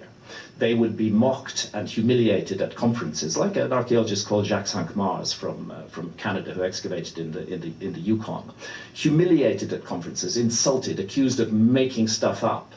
Their research funding would be withdrawn. Basically, to challenge Clovis first was the end of your archaeological career. So naturally, very few archaeologists wanted to challenge Clovis first. What was this gentleman in the Yukon? What was this? He's called Jacques Cinq-Mars. And interestingly, the Smithsonian, just in 2017, did a big kind of mea culpa, a big admission about this, that everybody had got things wrong, that Jacques Cinq-Mars had been ruined by the Clovis first lobby, but he'd been right all along. The site he excavated in the Yukon was re-excavated in 2017, and every single thing he said was correct, even though they had just sneered at him. And what year was he? He was excavating in the 1980s and the 1990s. Is he still alive? He's still alive. He's still alive, yeah. Is he better? Well, I think he's vindicated, you know, and it's kind of nice to be vindicated. Yes. That there's almost a place in folklore for the individual who is scorned and humiliated, you know, by others, but who turns out to be right, and he was right. But my point about this is that what it meant was, since it was the dogma that Clovis was first, that the oldest dates were 13,400 years ago, there seemed to be no logic to archaeologists in digging deeper. You know how it is with archaeology, that the upper levels are the youngest, and the deeper you go, the older it gets. That's why we say Upper Paleolithic for the late Ice Age and Lower Paleolithic for the late Stone Age, and lower for the older Stone Age. And the feeling was no need to dig below the Clovis layer because we already know that there were no human beings there before that. And then a few archaeologists, I mentioned Jacques Cinq-Mars, but another is Al Goodyear from the University of South Carolina, who excavated a site called Topper in South Carolina. Now Topper is an incredibly rich Clovis site. It's full of their tools, their points. They made these special flint points that were used as arrowheads and spears. A great Clovis site. He finished excavating the Clovis level, and then he did something that was supposed not to be done. He decided to dig deeper, and he carried on digging down, and there was a layer of about 1.5 meters of barren soil, and then beneath that, more human artifacts. And they finally date those back to more than 50,000 years ago.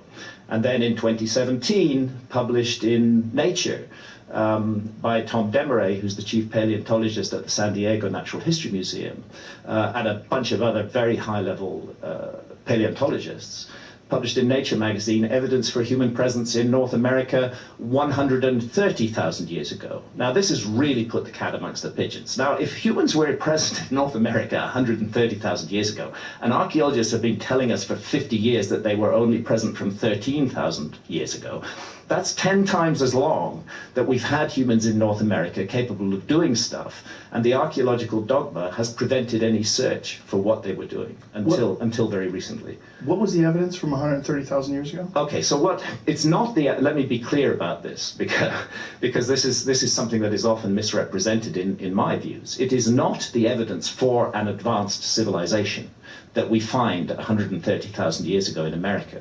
The evidence that we find is evidence for human presence. And what they were doing was very much Stone Age stuff. It's a mastodon. It's a mastodon skeleton that was excavated. It was actually found by accident during road construction near San Diego. And an archaeologist was attached to the road construction crew and immediately stopped construction, and they investigated it thoroughly. And what they found was so much dynamite in the early 1990s when they found it that they decided not to publish at the time. Because what they found was evidence that those mastodon bones had been cracked open by human beings using tools, and that the marrow had been extracted. That one left standing upright in the ground and another had been left beside it. That a femur of the animal had been taken away completely from the site. And there was assemblages of instruments that were used to smash and break the bones. And the conclusion of the team was that only one kind of creature could have done that work using tools on a mastodon, and that's human beings. That's classic human behavior.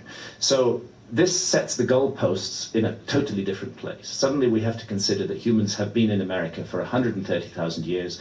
We already know that a dogmatic approach of archaeology has rather refused to look at anything older than 13,000 years ago. And what it does is it generates an engine of demand that we need to be looking at those missing 100,000 plus years. We need to be looking at it hard. Of course, the immediate reaction has not been to go looking for stuff in the other 100,000 years. Most archaeologists have responded by saying this is impossible. It can't be so. But that's precisely what they said to Jacques Cinq-Mars, who said that humans were in Bluefish Caves in the Yukon 25,000 years ago. And it's precisely what they said to Al Goodyear, who said humans had been at Topper 50,000 years ago. And they were both right. And I believe that Tom Desmarais and his team, you don't get a big article published in Nature unless it's already pretty solidly based and pretty much peer reviews. It has produced a reaction. I would be wrong to say that it's universally accepted. It's very much challenged, but it's intriguing.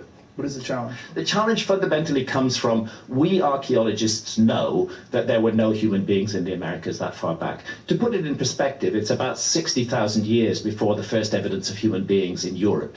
It's about 60,000 years before the first evidence of human beings in Australia. And this is just evidence of the first human beings. Yes. We have to point out how difficult it is to find evidence. It's extremely difficult to find. You know, sometimes we imagine that archaeologists are working with masses of skeletal material. No, they're not. They're not. I mean, this is one of the ironies. The whole Clovis first dogma, you would think that they had masses of material to work with. They did have the tools, but in terms of skeletal remains, just one.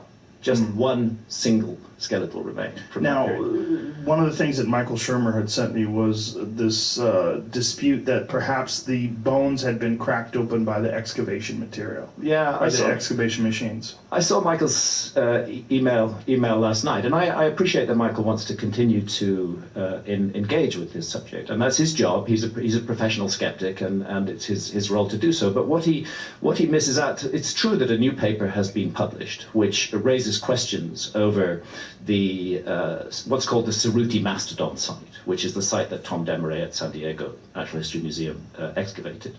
And what's interesting, since Michael took the trouble to write the questions, can I just read you something that I responded to on this? Sure.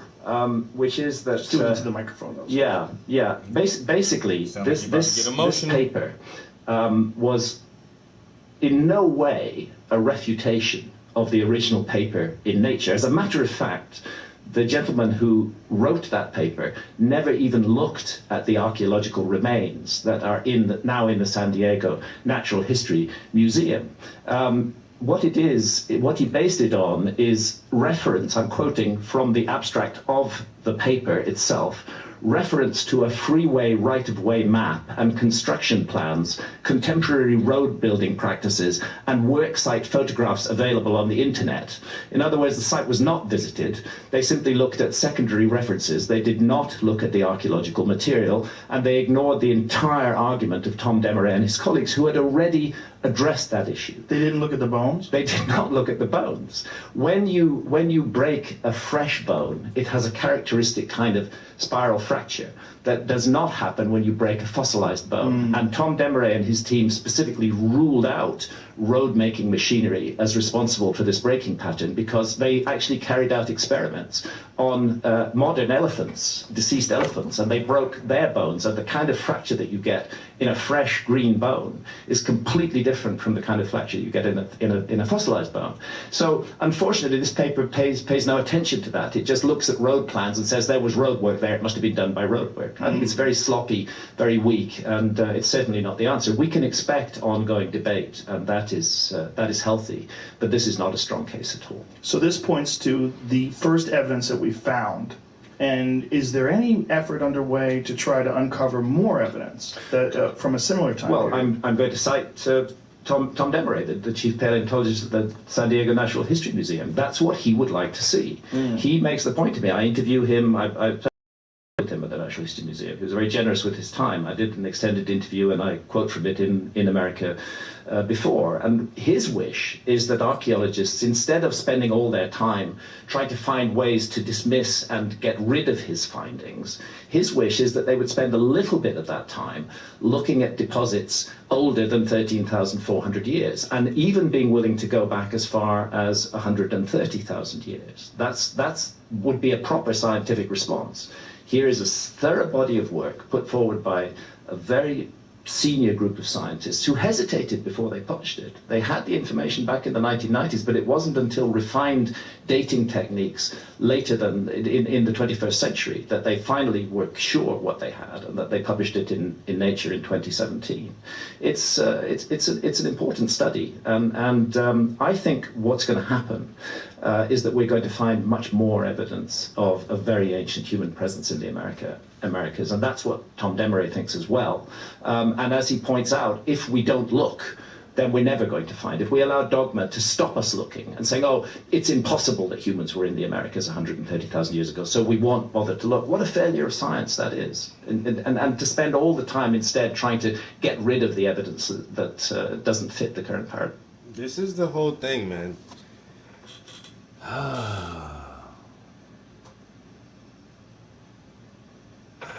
130,000. What is he saying? 30,000 years ago?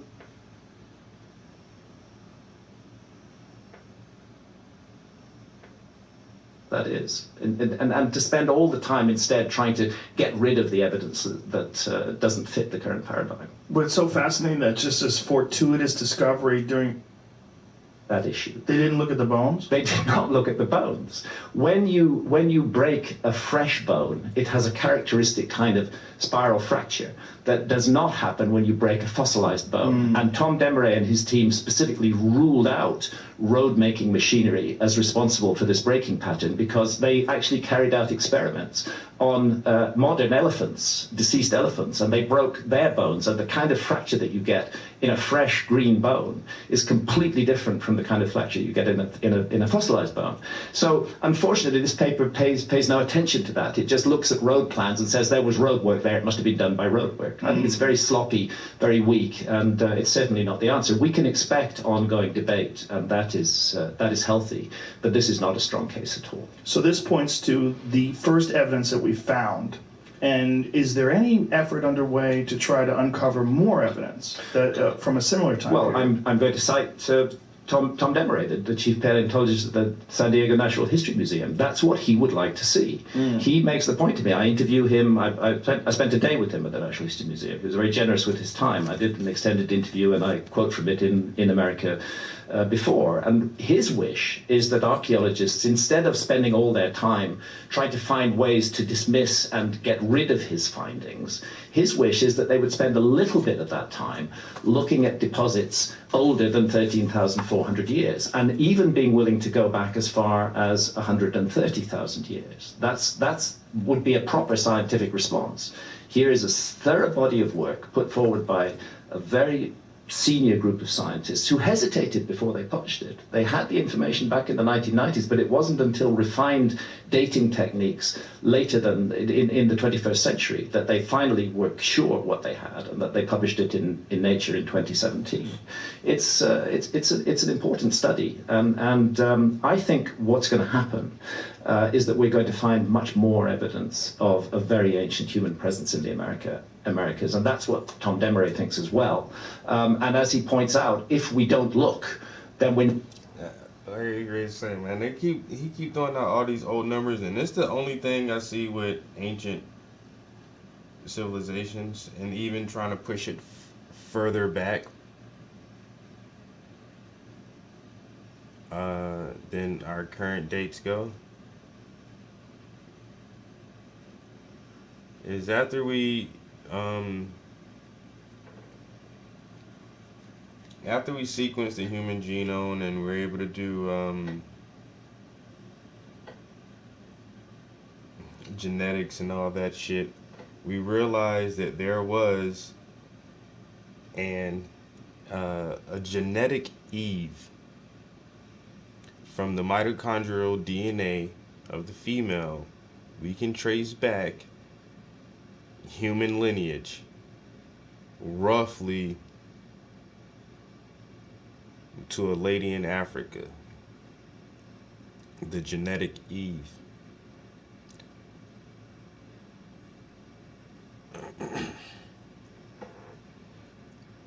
And popular science has admitted that the African is the mother and father of all so-called genetic variations of humans, which people classify into racial groups.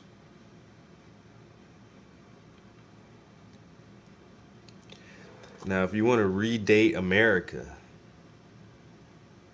and say that there was, it was inhabited by humans, 30,000 years ago, what kind of humans were there here? It just says that the black man was everywhere, all over the planet from the start. And that's I think that's one of the main things that modern archaeology does not want to say. They want to start history right around the point where there was a visual distinction between phenotypes, which is,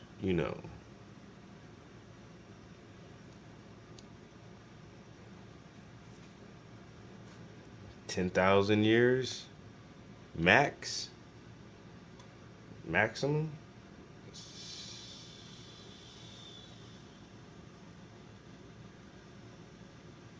But once you start pushing beyond that barrier, it's like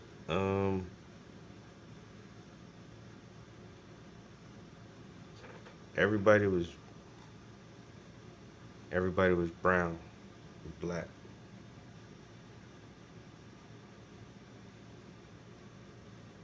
And it's weird to think about shit like that. And there's another guy who does research into ancient lost civilizations. His name is Robert Bravall. And he has a book called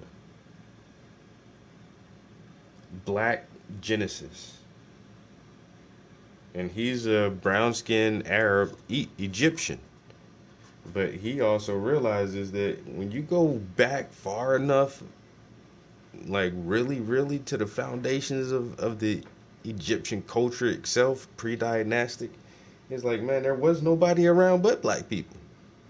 He's like, there is no other option to this shit, yo. He's like, go back far enough, and it was black people who started the most basic foundations of all Egyptian culture.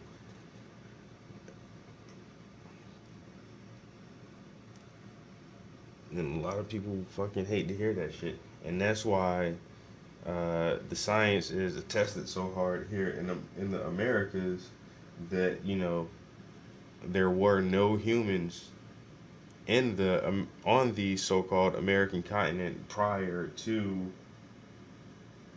fucking 6,000 years. We're going to find if we allow dogma to stop us looking and saying, oh, it's impossible that humans were in the Americas 130,000 years ago, so we won't bother to look. What a failure of science that is. And to spend all the time instead trying to get rid of the evidence that doesn't fit the current paradigm. But it's so fascinating that just this fortuitous discovery during a construction site could change the way people perceive things. And Yes. you've got to wonder how much of that stuff is I mean, how deep did they have to go to find these mastodon bones? Well, so this is a road cut that's being made. So those would be pretty deep down, 10, 15 feet down. The grader is going through and flattening them. It varies from place to place depending on soil deposition, the stratification of the soil. But what the key point is that what you need to do is go deeper than 13,400 years ago, and you need to do so with dedication and vigor and with some kind of funding. And at the moment, archaeology doesn't see the point of that. If the paper in Nature by Tom Demeray was alone, if there were nothing else than that, I wouldn't place so much trust in it. But I've spent a lot of time during the researching of this book with archaeologists who dig deeper. And what those archaeologists all confirm is that there have been human beings in the Americas for tens of thousands of years. And it's not surprising that that can be pushed back to 130,000 years ago, because part of the argument about the peopling of the Americas has to do with a place that we now call the Bering Straits between Alaska and Siberia, which during the Ice Age were at times a land bridge. They were exposed because of lowered sea levels.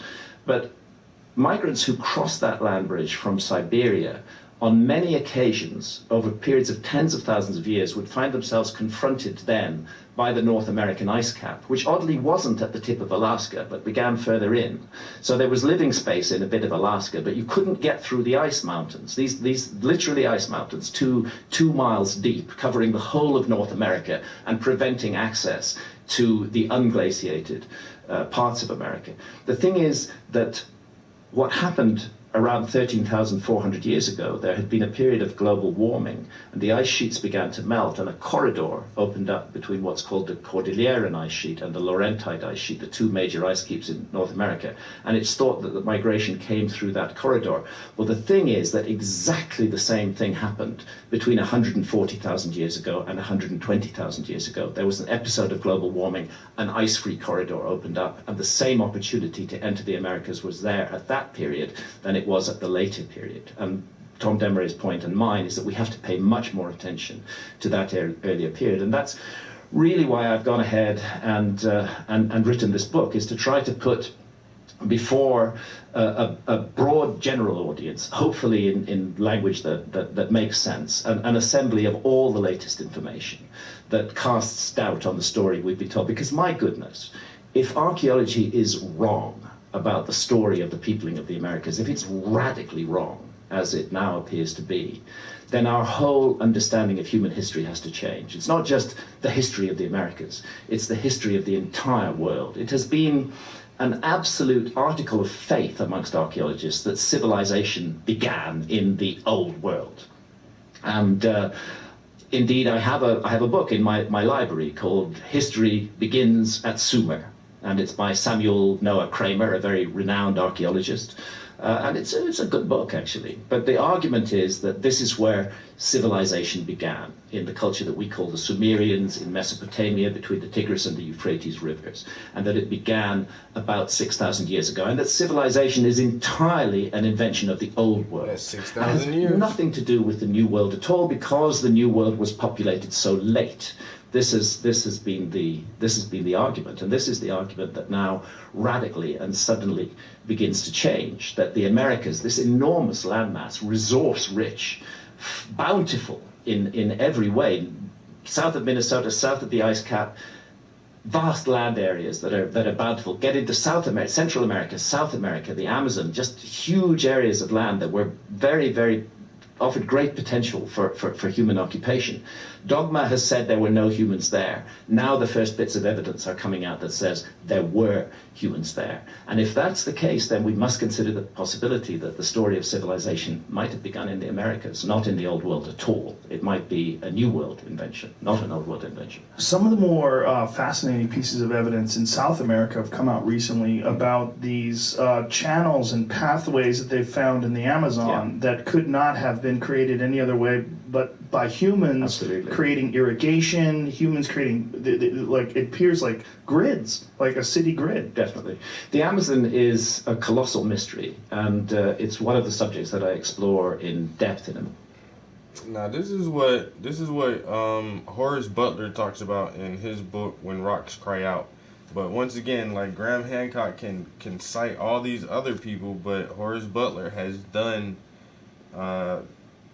in-depth, on-the-ground, boots on the ground research in South America about ancient lost civilization, Joe. But nobody, I don't ever hear these guys quote fucking Horace Butler, though. Before. First of all, to give some base. Once again, if you've never read his book, Horace Butler, When Rocks Cry Out, a really good book. I would definitely recommend you read that shit, yo. Horace Butler, When Rocks Cry Out. Figures. The Amazon basin is huge. The Amazon basin is 7 million square kilometers in area. And within it, 5.5 million square kilometers remains almost entirely unstudied by archaeologists. And that's the 5.5 million square kilometers that is still covered by dense rainforest. And to put that into perspective, 5.5 million square kilometers is the size of the entire Indian subcontinent. So it's like saying, we've done world archaeology, but we've just ignored India, We've done world archaeology, but we've just ignored the Amazon. It's the same argument. 5.5 million square kilometers. The view was, again, there was a dogma. There was a preconception. Human beings couldn't have flourished in the Amazon. It's not a resource-rich area. The soils are poor. It's a difficult area, challenging to get to, very far from the Bering Straits. So the view was that humans hadn't entered the Amazon until about 1,000 years ago. And then gradually, little by little, that view has begun to change. And it's begun to change because of the tragic clearances of the Amazon, because the Amazon rainforest is literally being cut down and turned into soybean farms and cattle ranches. And in that cutting down process has emerged things that shouldn't be there at all. For example, evidence that large cities flourished in the Amazon. Enormous cities, which were larger than there was a Spanish explorer who went down the Amazon River system in 1541 to 1542. He was the first European to cross the entire length of South America from west to east along the Amazon. He reported seeing incredible cities, advanced arts and crafts, millions of people, a thriving culture. And 100 years later, when other Europeans got into the Amazon, they couldn't find these cities. So they said, oh, Francisco Orellana, that was his name, made it all up. It was just a fantasy. And then in the last decade, as the clearances of the Amazon have proceeded, we've begun to see the traces of those cities. What happened was that the Spaniards brought smallpox into the Amazon. Smallpox devastated the local population because there was no immunity to it. There was a massive die-off. The cities were deserted. Within 50 years, they were completely overgrown by the jungle, and that's why they were not seen by the explorers who came in 100 years later. But now the jungle's being cleared, those cities are emerging, and we can say that a city like London, which had a population of roughly 50,000 in the 16th century, there were cities of that size all over the Amazon. Wow. Huge numbers of them. And a possible total population of the Amazon that exceeded 20 million people. What? Yes, 20 million. This is the latest evidence from the Amazon. And then you ask yourself, how did they do that? How did they feed 20 million people in the Amazon? Because it's a fact, rainforest soils are poor. It's one of the reasons these soybean farms are a really stupid idea, because once you clear the rainforest, the land is largely unfertile and you can't grow stuff on it for very long. So how did they feed all these people? The answer was they invented a soil. And that soil has a name. It's called terra preta. Archaeologists refer to it as Amazonian dark earths or Amazonian black earth. It's a man-made soil. It's thousands of years old. It's full of microbes that are not found in adjoining soil. It's based around biochar. And you can take a handful of 8,000-year-old terra preta and you can add it to barren soil, and that soil will instantly become fertile. It's highly sought after in the Amazon, and it explains how they fed these people. There was science in the Amazon. How did they create this? Well, this is some... Yeah, there's a local restaurant called Terra Preta. I never knew what the fuck that shit meant. I thought, I don't know. I never even second guessed, like, wonder where they came up with that name from. Terra Preta. Their food is expensive, but it's all like, they got the Wagyu burgers and fucking bison bits and all kind of like fancy ass shit, yo. Their food is really good, yo.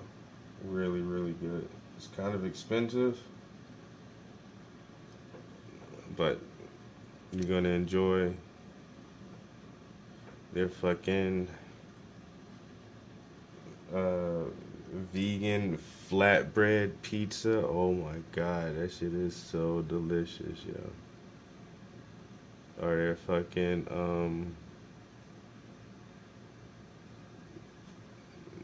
what's that other shit?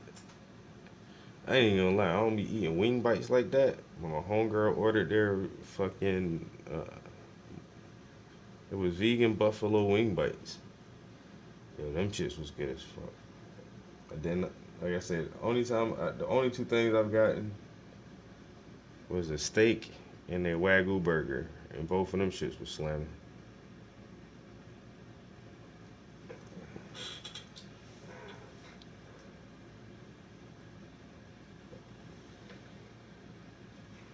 That's not understood. It's still not understood by soil experts to this day as to how that was done, but it's one of many intriguing pieces of evidence of much higher development in the Amazon than it has been given credit for, and of a kind of science in the Amazon. Jamie's got an image of it up there. So this is it? This is terra preta, yeah. Wow. Exactly. And so was that done by burns? Did they use controlled burns? They did.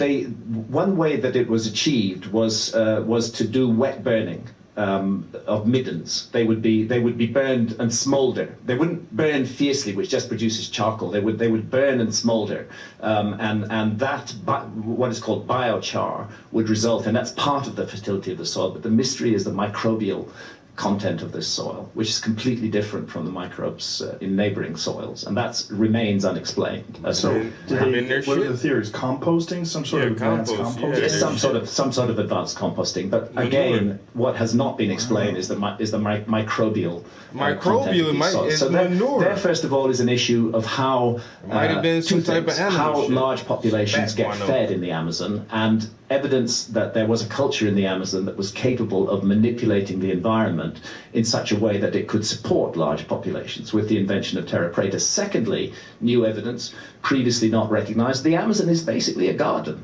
The Amazon is a man-made rainforest.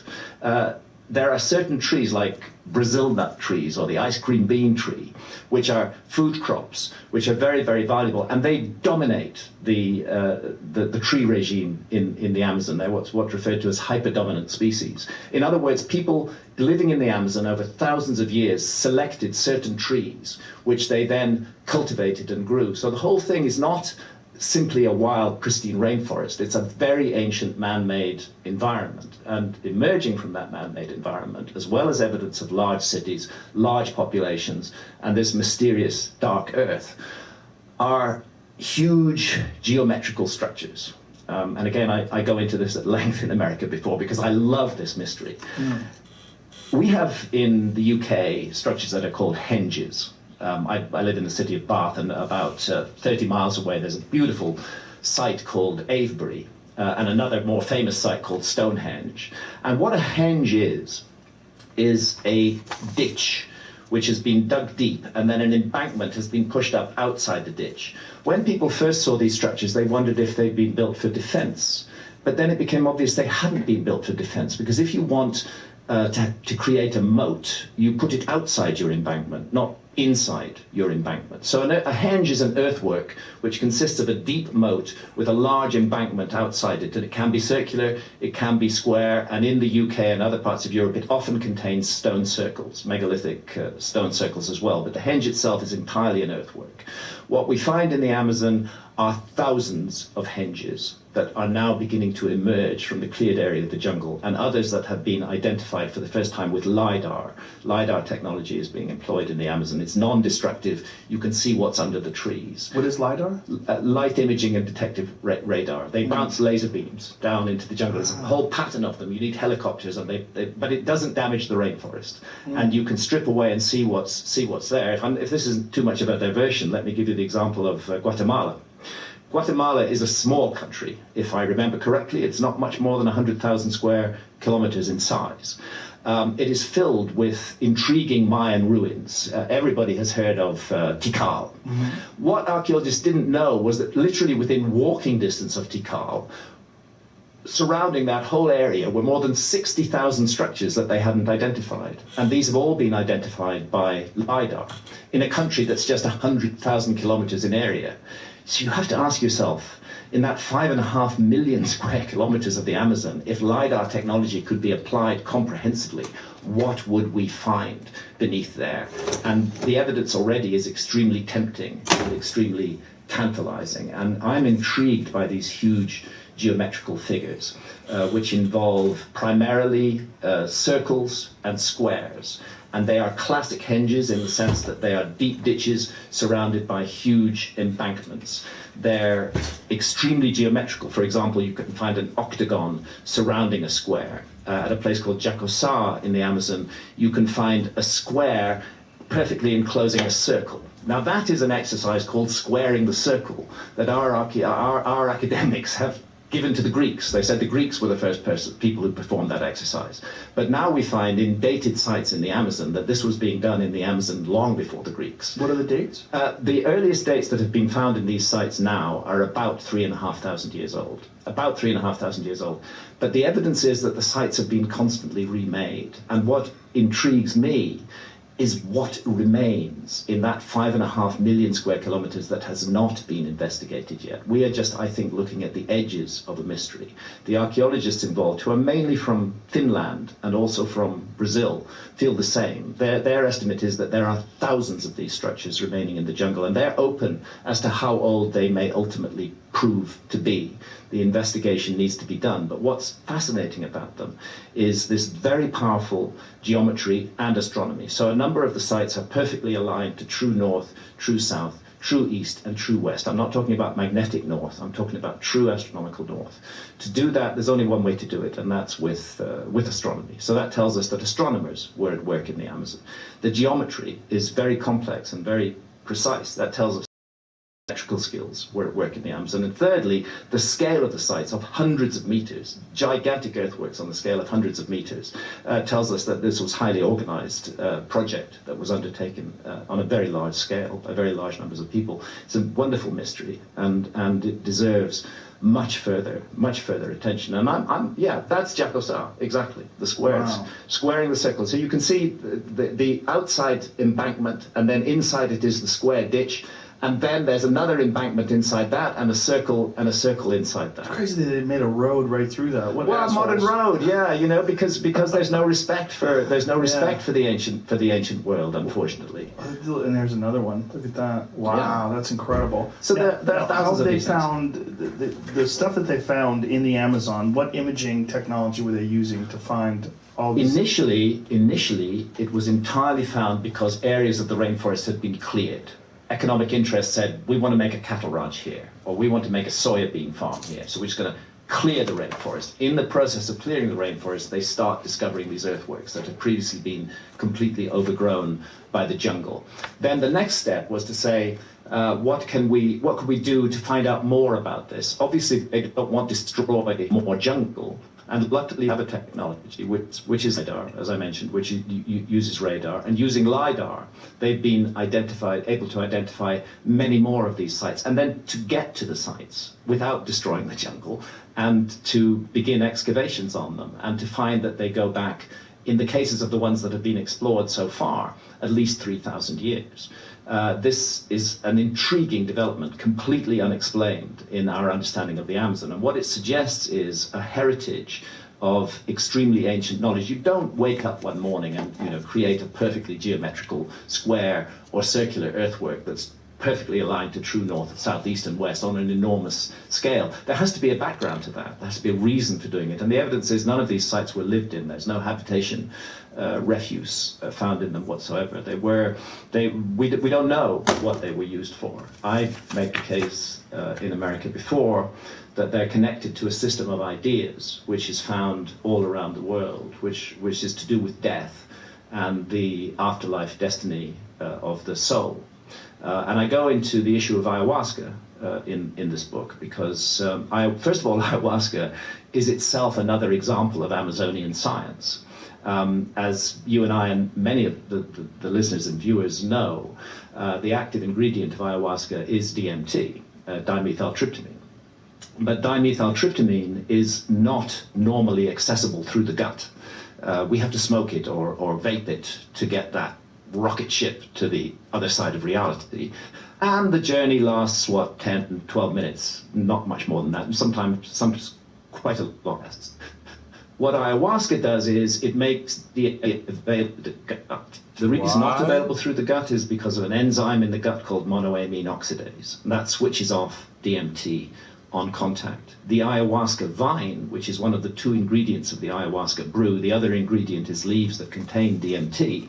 The ayahuasca vine contains a monoamine oxidase inhibitor, which switches off the enzyme in the gut and allows the DMT to be accessed orally, which produces a rather different journey from the smoked or vaped DMT trip. It's a much longer journey. It's 4 or 5 hours. It allows you to integrate and to interrelate with the strange landscapes in which you find yourself amongst and the entities that you encounter. I'm not making any claims about the reality status of those entities, but what I am saying, and it's a fact, is that people who work with DMT and ayahuasca do encounter what they construe to be entities who communicate with them intelligently. So somebody in the Amazon, out of 150,000 different species of plants and trees, selected 2 that are not psychoactive on their own, but when put together, create an extraordinary visionary brew.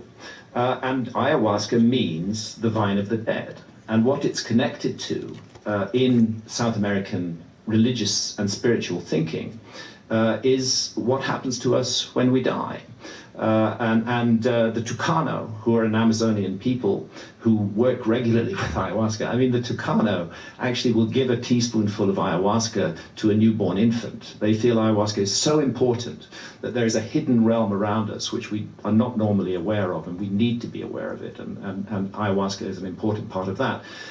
In their ayahuasca journeys, the Tucano shamans experience visions, and they will then come back to an alert normal problem-solving state of consciousness, and they will paint and depict their visions. And what's intriguing, and I go into it in the book, is that quite a number of the Tucano paintings of the other world, of the afterlife realm, of the entrance to the other world, are geometrical, and they look exactly like the geoglyphs. So I'm beginning to wonder whether these geoglyphs were part of a system of spiritual ideas concerning what happens to us after death and what we need to do in this life to ensure a beneficial outcome.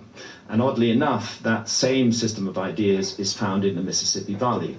In the Amazon, it involves particularly ayahuasca and the belief that the ayahuasca journey takes you to the afterlife realm and a journey along the Milky Way.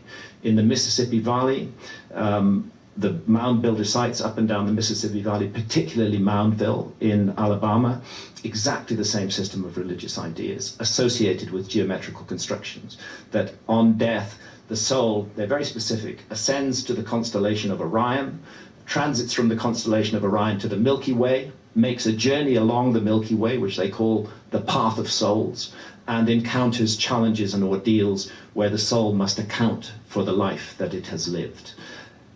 Then we go to Egypt, and what do we find? The same system of ideas. The soul must rise up to the constellation of Orion. There's a narrow shaft cut through the southern side of the Great Pyramid of Giza, which targets directly the lowest of the 3 stars of Orion's belt.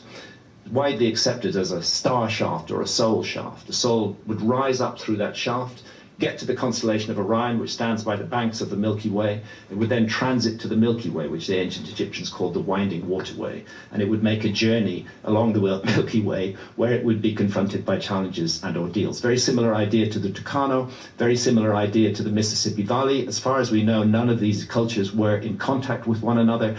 Either we're dealing with a huge, unbelievable, extraordinarily detailed coincidence involving architecture and ideas, or we're looking at a legacy that was inherited in all of these different places from a remote common ancestor. And I believe that that's what we're looking at. What do we think the people from the ancient Mississippi Valley, that culture, what do we think they were using if they weren't using ayahuasca, or do we think that's what they were using?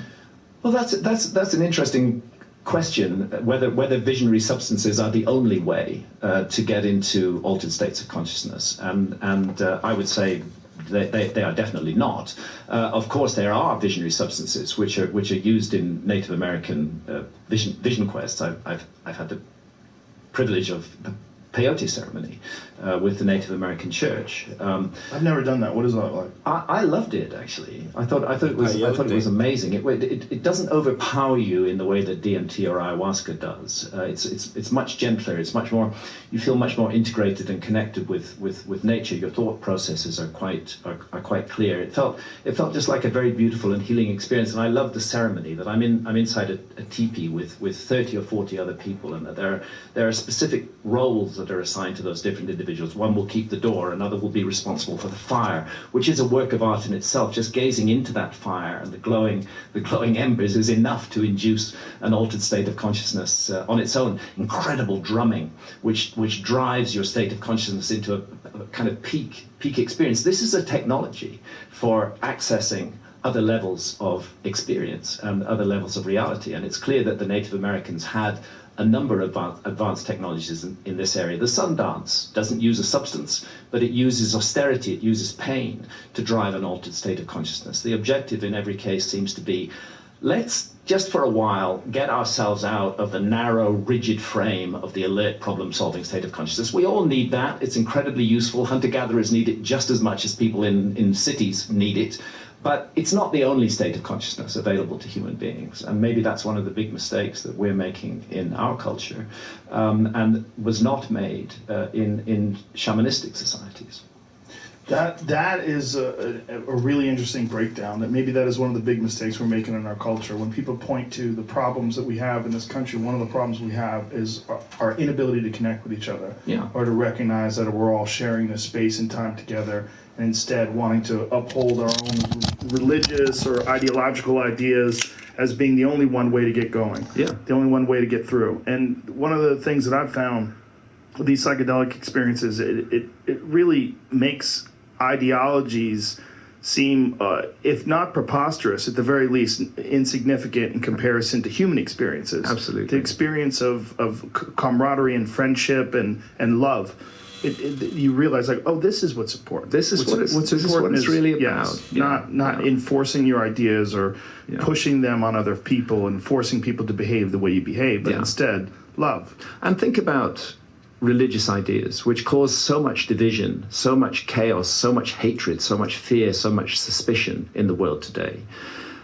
Is it really what we want to do as human beings? Simply to accept a package of ideas that were believed in by our ancestors, to accept them whole, without question, as absolute fact, which we regard as such authoritative fact that in some cases we're willing to be deeply unpleasant to people who hold different views, or perhaps even kill them.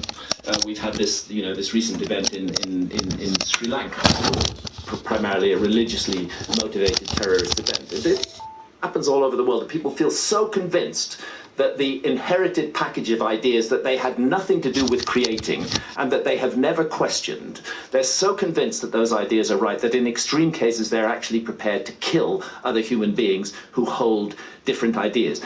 Are they so insecure in their own beliefs that they're prepared to go to that level of actually murdering another human being who holds it? They're so threatened by the other beliefs that other human beings hold. So it's an abnegation of our responsibility as human beings. We should be questioning things. We should not be accepting packages of ideas intact, fully formed, and using them to drive the way we behave towards one another.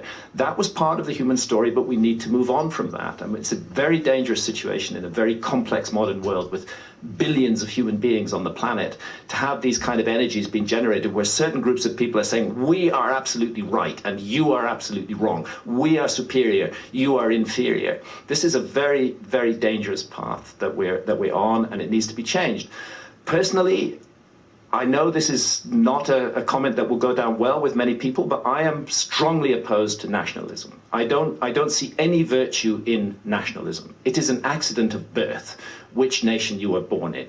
It was nothing that you did for your own merit. You didn't earn that. You were born by accident in a particular nation.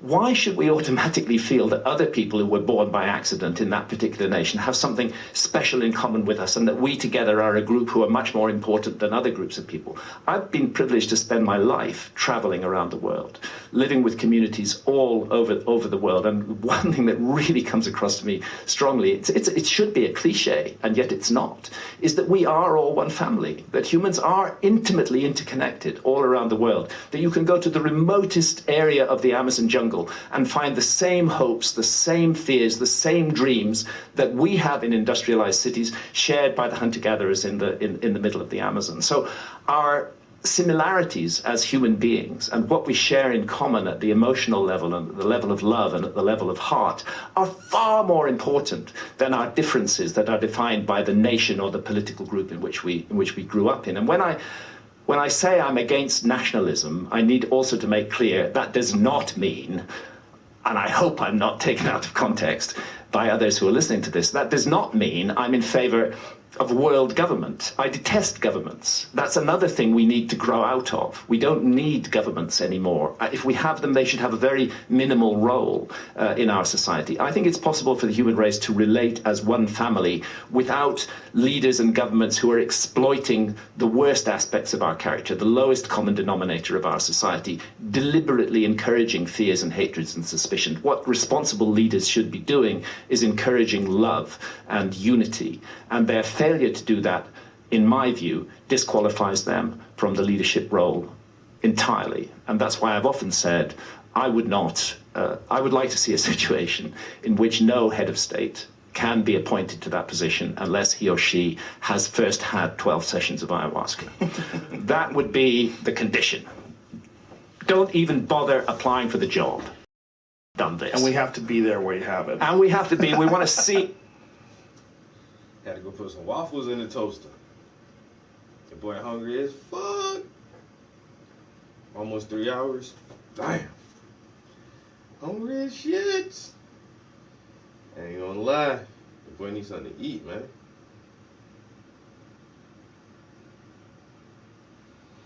I want to cook some eggs and turkey bacon with it, but I ain't gonna do all that. That's gonna take too much time. I just eat some waffles. For a little protein, just slap some peanut butter on that shit, yo. Peanuts are pretty good for protein. Whenever you get a chance, just put peanut butter on shit. So I'll take a little break for a minute, long enough to eat some breakfast, and then, if nothing else, I want to at least get the face covered. If we can get the face done, I might take a little break and come back and do the hands.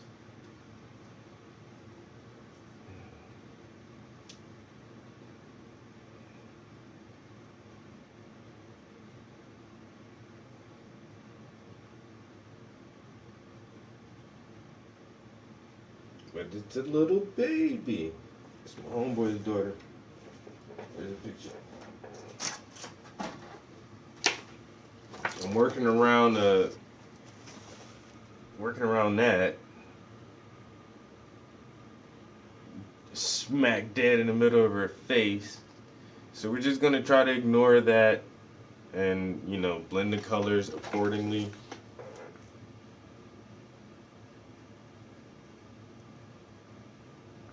So that this fucking proof box isn't there. Bella baby.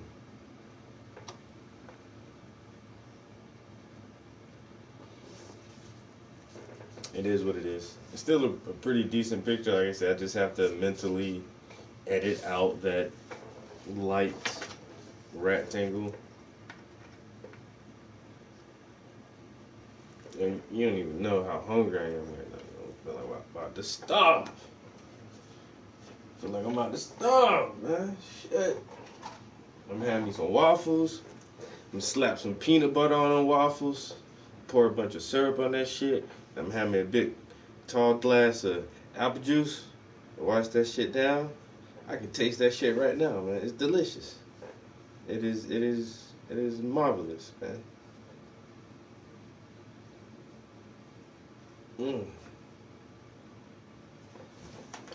These waffles can't toast fast enough.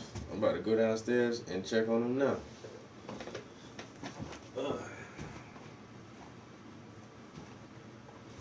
That you're drinking every drop. Yes. And we want an experienced shaman present who's really going to guide you through the journey. And I suspect that would be a transformative experience for many of our political class, and that they would start to question why they do what they do, why they exploit fears in order to magnify their own position. They'd start to question that and to wonder about a different destiny for humanity. But that's a dream. I guess it's not going to happen. It's very, very, very well said, and I couldn't agree more. My hope is that what you were saying and what we were discussing earlier about how the internet has sort of eroded our faith in many institutions as being the only or the primary source of knowledge, that I hope that takes place globally in terms of the way we view government. And that we do, and that your idea of like, I love what America stands for. And what America stands for is kind of a nation that's where people go to. You know, this is one of the more insidious problems with this idea of building walls and keeping people out and making it incredibly difficult to get here. The reason why I'm here is because it was pretty easy to get here. That's why I'm here. That's the essence of America, a free and open society. Come here and do better. That's the whole idea behind it. And I would hope that this idea of being able to just, if you want to do better, you can anywhere in the world. This could eventually spread out. This is my hope. I believe it can spread out, and you know, I see many signs of hope in America. America has become a big part of my life, not just because I wrote this book, but because I have children who are now living in America. I have a son and daughter-in-law who live in LA. I have another son and daughter-in-law who live in Boston. America, I'm British, but America has become a very central part of my life, and it's a fascinating and amazing country, and it's been my privilege to travel thousands of miles across America, across many, many, many different states. And I love this country. It's an amazing place. Only in America we see happening what has happened with cannabis. You know, the fact that at the local level in... Think you know FanDuel? Well, what if we told you that we've got an ace up our sleeve? Introducing FanDuel Casino. Now you can play casino games like blackjack, roulette, and online slots for real cash right from your FanDuel Sportsbook app. So when we say there's more ways to win on FanDuel, you can take that to the bank. New casino players, play your first 24 hours risk-free on the FanDuel Sportsbook app. Get up to $200 back. Individuals have got together, mobilized petitions, organized votes, and changed the law.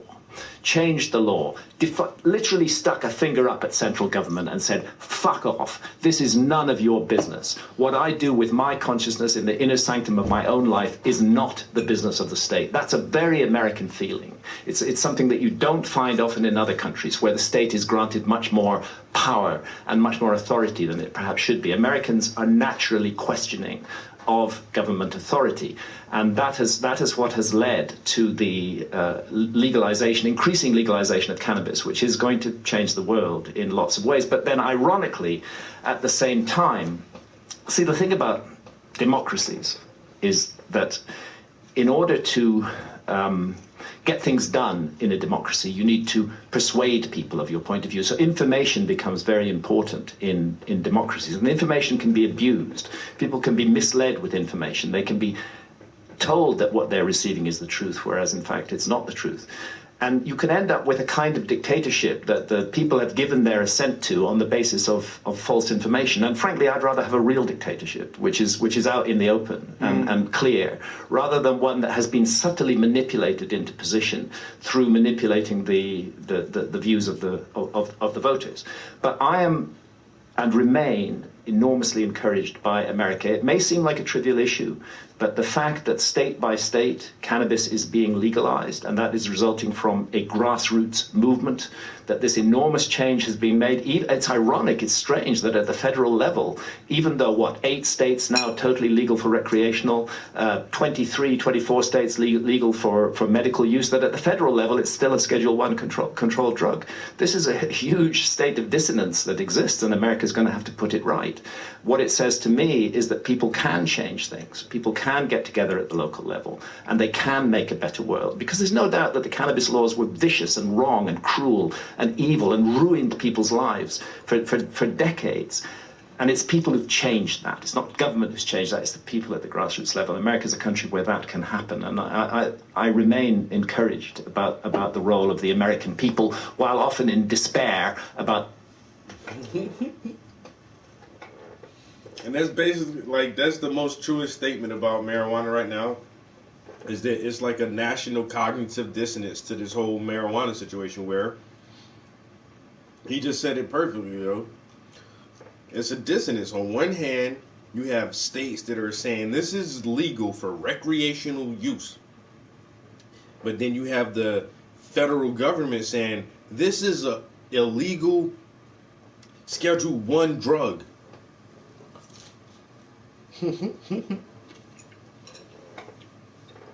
So which one is it?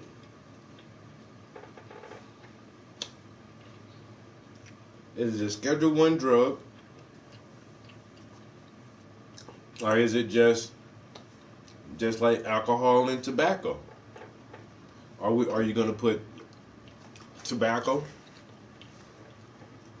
on the federal drug list? No. Especially alcohol. Alcohol make motherfuckers do some crazy shit, Word up. And we know this.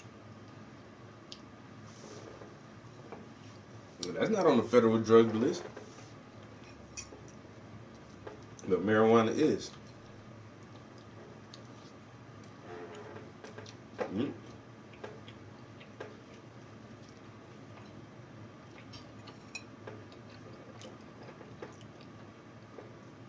The hype over marijuana had all to do with the hemp industry too, back in the day. That's how that shit is legal.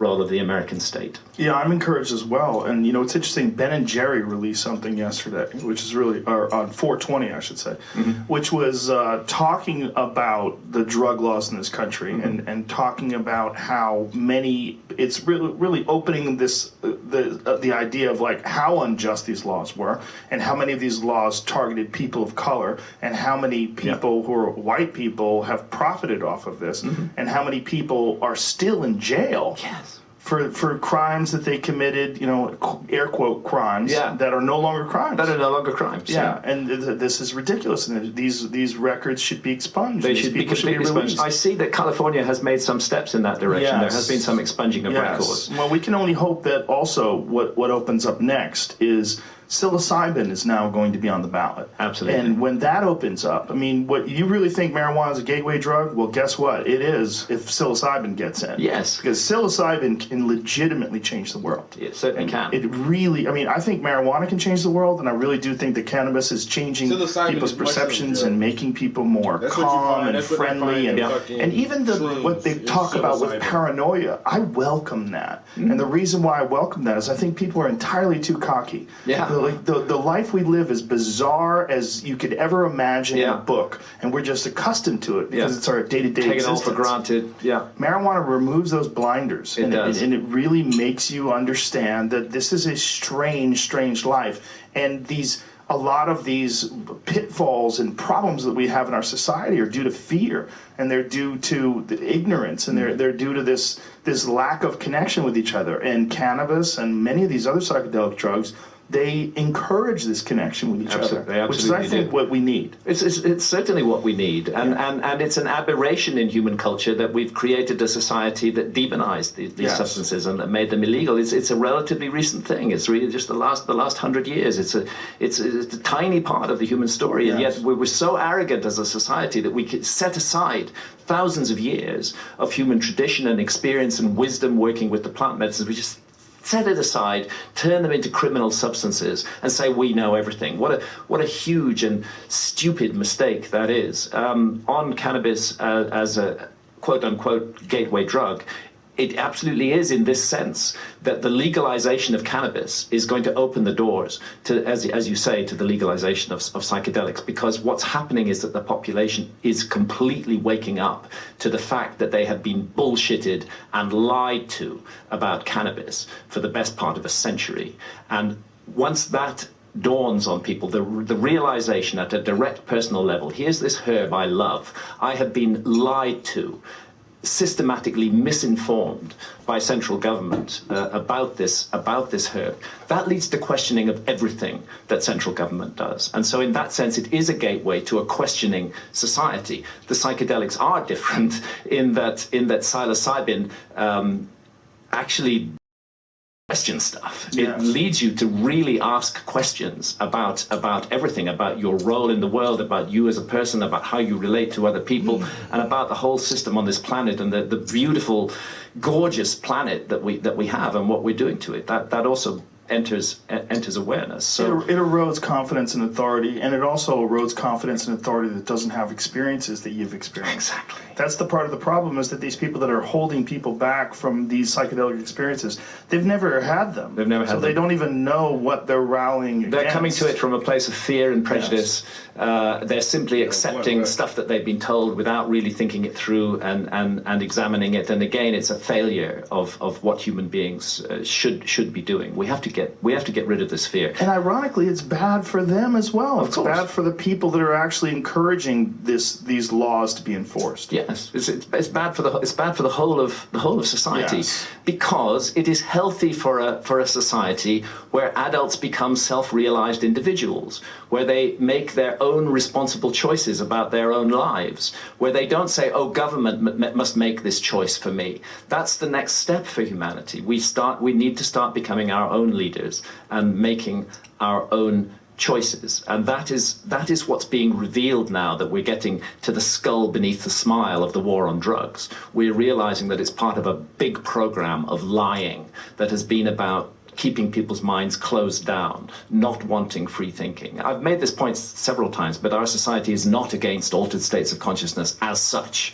Our society will allow Big Pharma to make billions of dollars with drugs that alter consciousness, like Seroxat and Prozac, antidepressants, which, in my opinion, having had some experience of them, are amongst the most horrible drugs on the planet. They are very harmful, very dangerous drugs, but they're completely legal and they're encouraged with our system. Likewise, alcohol, very dangerous drug, causes fights, causes drunk driving accidents, leads to cirrhosis of the liver, completely legal and open. Our society is not against altered states of consciousness. As such, it's against particular kinds of altered states of consciousness that lead to questioning of the existing control system. That's what's going on here. Hear, hear. Well said. And as you know, I have my own story with cannabis. Yes, well, you and I had a moment. We had a moment, which Two old white dudes talking about getting high. I love this shit, yo. I love this shit. And Joe Rogan is Joe in his 50s. Graham Hancock, he in his 60s probably. The motherfuckers talking about psilocybin and THC and ayahuasca and peyote and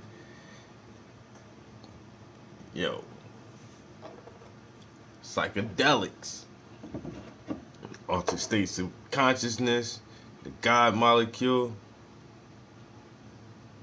That's the thing, yo. Our society is not against altering your consciousness. It's just altering your consciousness in certain ways. Go ahead and get drunk. You can buy as much beer and liquor as you want, go home and drink yourself into a fucking stupor.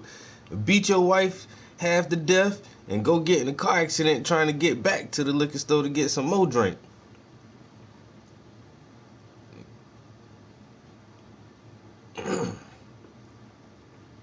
But you can't go get some DMT off the shelf.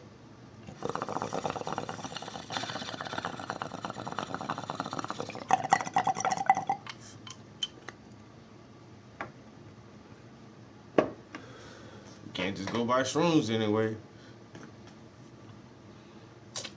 And that shit don't make you want to beat your wife and drunk drive and all kind of crazy shit. You know what I'm saying?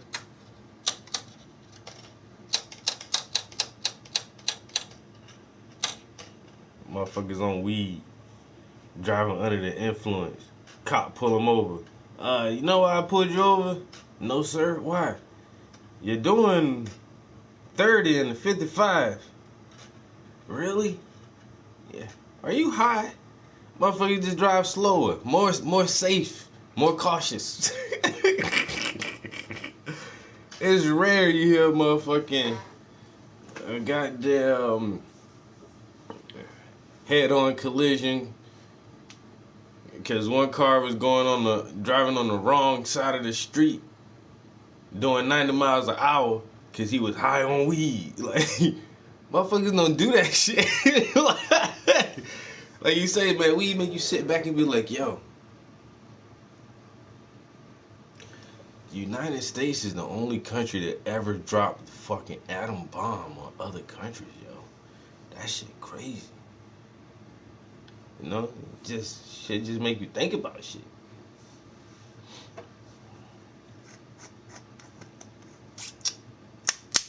You get munchies, you get sleepy, take a nap, have some good dreams. But that damn alcohol, shit, too much of that shit. Even if you is a happy drunk, you motherfuckers throwing up. Even if you're happy, you still can't operate vehicles and shit, man. Shit crazy.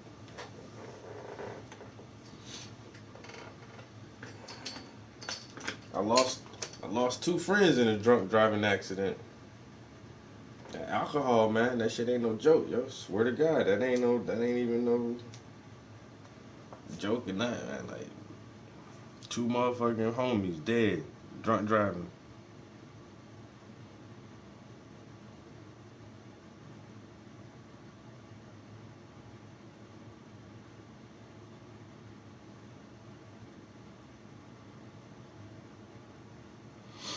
You know?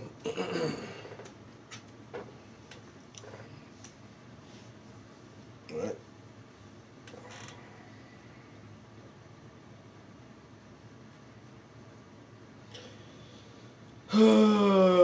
I just wish that's all they have to do is take it off the federal drug list, and then you're good. Just take weed off, bro. We not asking you to take cocaine off of that shit. A motherfucking heroin, however you want to say it. We don't need you to take ketamine off of that. I mean, they just certain shit that maybe should not be, you know. But marijuana, come on, man, that shit is, boy, please. I smoked marijuana since I was 13. Get the fuck out of here. That shit gonna ruin my life. It's a gateway drug, right? Bitch, I ain't never tried nothing. I just haven't. That's just me personally. But if the doctor ain't give it to me, I ain't never take no pills. I ain't not on the corner like, yo, you got that Molly? Yo, anybody got some Oxycontins or something? Bro, that shit ain't never make me want to do that. I ain't never sniffed one line of coke, ever. I done had plenty of chances. One time at one party, the motherfucker offered it to me 3 times. On the 3rd time, my homeboy who brought me to the party, he had to tell, because this was his family member, I think. This was probably, my homeboy brought me to a party, everybody party, his cousin. It was his cousin. Pull out some powders. Yo, what's up, bro? You want some? No, I'm good. That's great. I'll need that. About 40 minutes later, the motherfucker over there. You sure you ain't want that? Nah, I'm good, homie. I'm straight. About an hour after that or so, motherfucker said that shit again. You know what they? Yo, my homie's like, look, man, my homie don't do that shit, bro. You can just stop asking him. He good. Like, leave him alone. Like, thanks, bro, because, just stop asking. I'm not going to be like, you know what? I think I will try it. Like, nah, I'm straight, homie. I done had plenty of opportunities for everything. I done sold everything. I never tried that shit, though. So weed, man, if some bud, and a beer don't do it for me, I just need to go straight sober, bro. Like, if I just ever have like some drink and some bud and be like, I need something else. I just need something else. Like, nah. I don't know. It's be time for an intervention then. I don't need nothing. Shit. Fuck all that. I remember back in the day, I done seen motherfuckers, they had this shit called yellow. It was like liquid heroin. I don't know what it was. It was kind of like syrup, I guess, but it was yellow. Motherfuckers would get a little vial of yellow, and then they had this stuff called wet or wiggles. It was like embalming fluid, and they dripped that shit on mint leaves. Motherfuckers had some of that shit. Then they had like a Xanny bar. Then they had some liquor. And then they had like a Perk 10. And then they had like 2 blunts. Like, y'all niggas trying to kill y'allself, boy. Where's your mind at right now? Huh? Where's your mind at right now, bro? How is you under all these substances? Huh? And then back in the day, this photo started circulating. This when I was living in Philly, yo. This how fucked up these motherfuckers used to get, dog. Yo, this photo started circulating, yo. A rumor going around, like 2 of the homies in somebody's basement with their pants down, sitting side by side on the couch, holding each other dick. And both of them, swear to God, they don't remember that shit. Like, that's how high y'all be getting, bro. Like, you got so high one night, you jacked some dude off, and if somebody took a picture of that shit, you don't even remember that shit, bro. And you trying to offer me some motherfucking Xannies and some embalming fluid? Nah, I'm good, dog. I'm straight, bro. No, sir. I don't even like getting drunk. I know some people who drink to get drunk. I don't do that. I like to get tipsy. I like to get a little buzz. And you can feel the alcohol in your body. That shit make you feel a little loose and warm. I like that feeling. I ain't gonna drink till I'm just like incoherent, stumbling, can't walk. And that's something else that alcohol really does. Your alcohol like fucks up your motor skills. That's why motherfuckers get in driving accidents. You can't. Your vision is doubled. Your head spinning. You can't walk straight line. Like, I don't want to feel like that. I'm not trying to lose my balance. I want to be able to walk to the bathroom and go take a piss. You know what I'm saying? Them real drunk motherfuckers, they walk and fall and wind up throwing up in the living room or some shit. Like, nah, I'm good.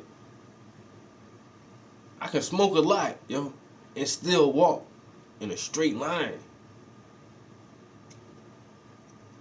Like, that's the alcohol do you bad, boy. And I don't mind drinking, but shit, they just need to go ahead and do it for the people. Take that shit off the national list. You know what I'm saying? Once again, how you got the federal government saying it wrong, but Colorado saying it right, and y'all in the same fucking nation? Y'all ain't. That shit don't make no sense. That's why I respect Trudeau from Canada. He made that shit national, man. He's like, man, fuck that shit. Legalize that shit nationally, yo. You 21, man, you do what the fuck you want to do, bro.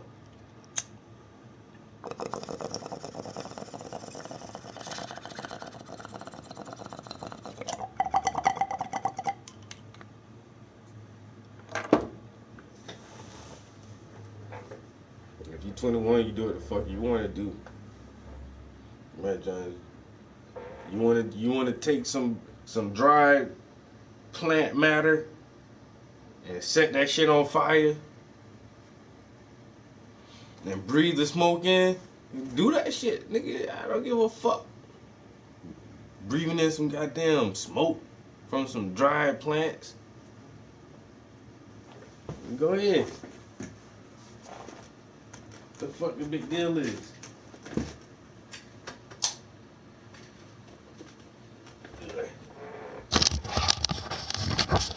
Don't get it.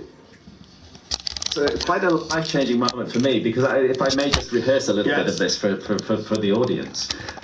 In 2011, I had a series of ayahuasca sessions in which it was shown to me I was using cannabis completely wrong, that it had become a dominant force in my life, that it was maybe, you're speaking about paranoia, and I agree with you, paranoia is a useful thing, if only to overcome it, that it was making me paranoid, that it was making me suspicious, that I approached everybody around me in a state of suspicion.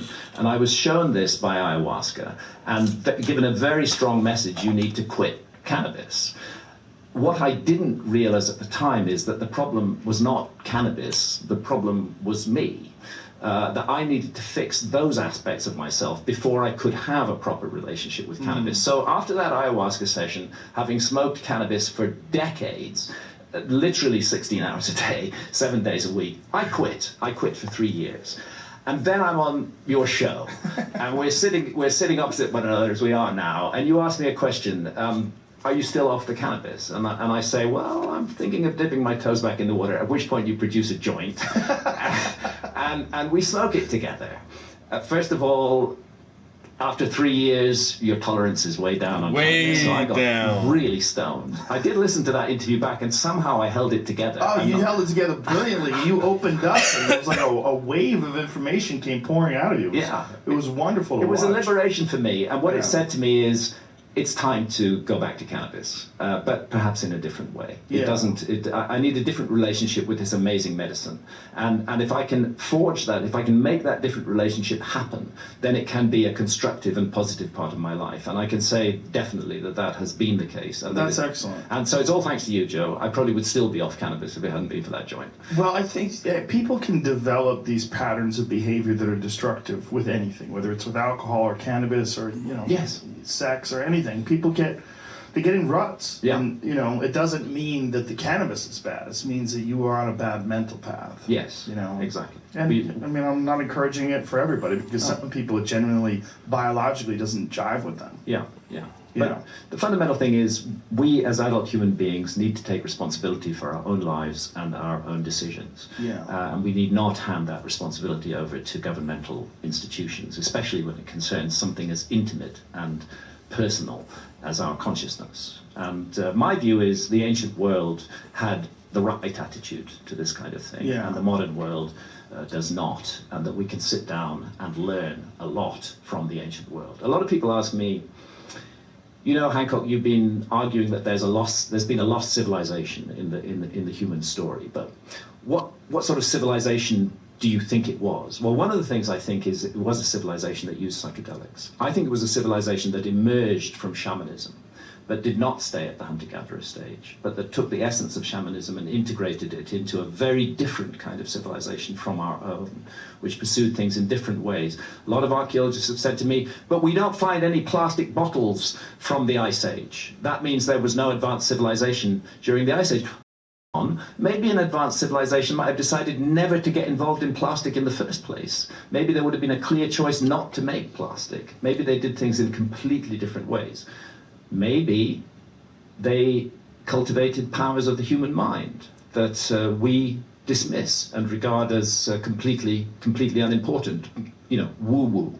Yeah, this is the thoughts about Egypt, correct? It's about Egypt and about other things. I mean, the specific example I give Pacific or specific? The King's Chamber in the Great Pyramid are 5 further chambers. And these chambers are roofed and floored with granite beams that weigh about 70 tons each. And there are hundreds of them. And these 70-ton granite beams, which to put in context, a 70-ton beam is equivalent in weight to 35 large SUVs. These 70-ton granite beams have been elevated to a height of more than 350 feet above the ground and carefully and precisely placed in position. It is very hard for archaeologists to explain how that was done using purely leverage and mechanical advantage. You can say, oh, perhaps they built a ramp and hauled the stones up the ramp. But then you have to confront basic laws of physics. You can't haul a stone weighing tens of tons up a slope that exceeds 10 degrees. Then you start doing the calculation. How long a ramp do I need with a 10-degree slope to get to 350 feet above the ground? And the answer is you need a fucking long ramp, which should still be there. Yeah. Because it couldn't have been a sand ramp. I would have collapsed under the weight of those stones. It had to be as massive as the pyramid itself. So this begins to seem like an absurd idea, the idea that is foisted on us by archaeology. Maybe the idea that they regard as absurd, namely that psychic powers were cultivated by ancient civilizations, that they could use powers of the human mind that we have allowed to lapse, maybe that idea deserves further consideration. We have gone down a path of leverage and mechanical advantage. We're used to relying on machines, but we hear anecdotal reports of people who have telekinetic powers, who can move things with their minds, of people who have telepathic powers. And our automatic reaction is to just dismiss all of that because science says it's impossible. I don't know if telekinesis or telepathy is possible, but I really do think that resonance and harmonics may definitely be possible because we're already levitating things with sound now. When you look at a lot of different ancient temples or places of worship, it's very clear and obvious that they've focused on the sound resonance and harmonics of the structures themselves. It's very similar to a symphony or concert hall. These buildings are constructed in a manner to amplify or that's why they're called amphitheaters. They're constructed to amplify the harmonics of the sound resonance that is produced in a certain area. And these ancient temples found all throughout India and Africa and even in South America, where you can go inside these buildings and chant these mantras, these om, om, and if you reach the certain note or frequency, shit vibrates a certain way. And what if they were able to build mobile devices that could amplify sound and harmonics in order to produce a cushion effect or a levitation effect to heavier objects that was exposed to this frequency? And you could make a 30-ton slab of stone float 6 inches above the ground effortlessly and just have, 1 or 2 people just push that shit along and just have a few other people producing this levitation sound.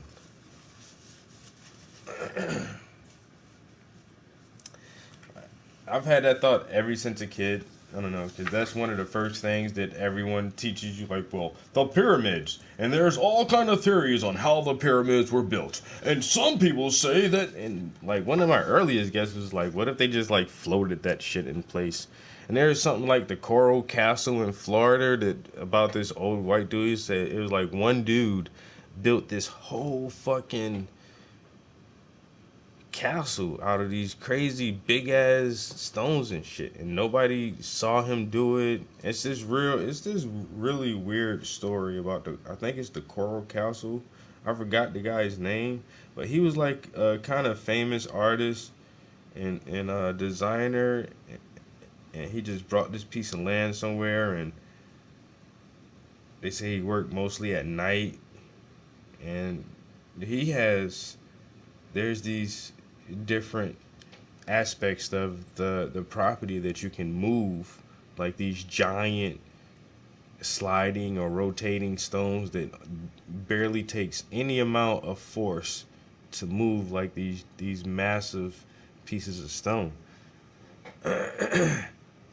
And saying that he figured out the construction techniques of the ancients, and that's how he was able to build this coral castle by himself with no help from anybody, or apparently no. That's how the story goes.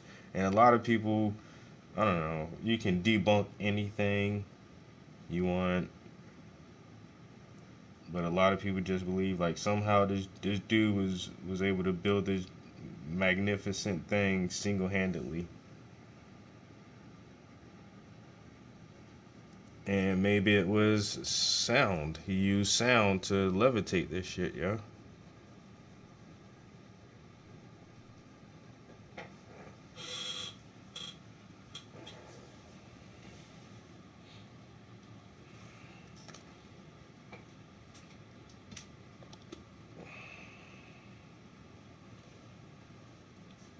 Matter of fact, let me see if I can type that in real quick. So we're listening to Joe Rogan and Graham Hancock. But what if I look up the Coral Castle?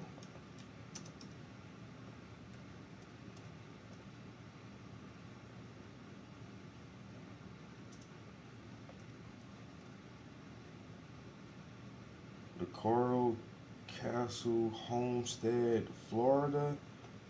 The Coral Castle Andrew Peterson.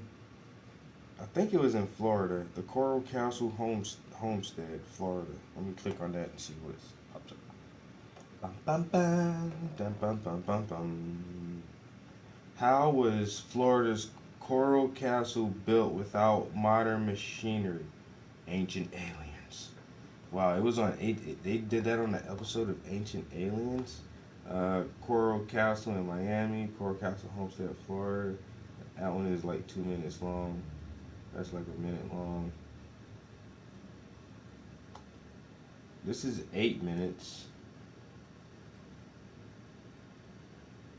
America's Stonehenge, Coral Castle.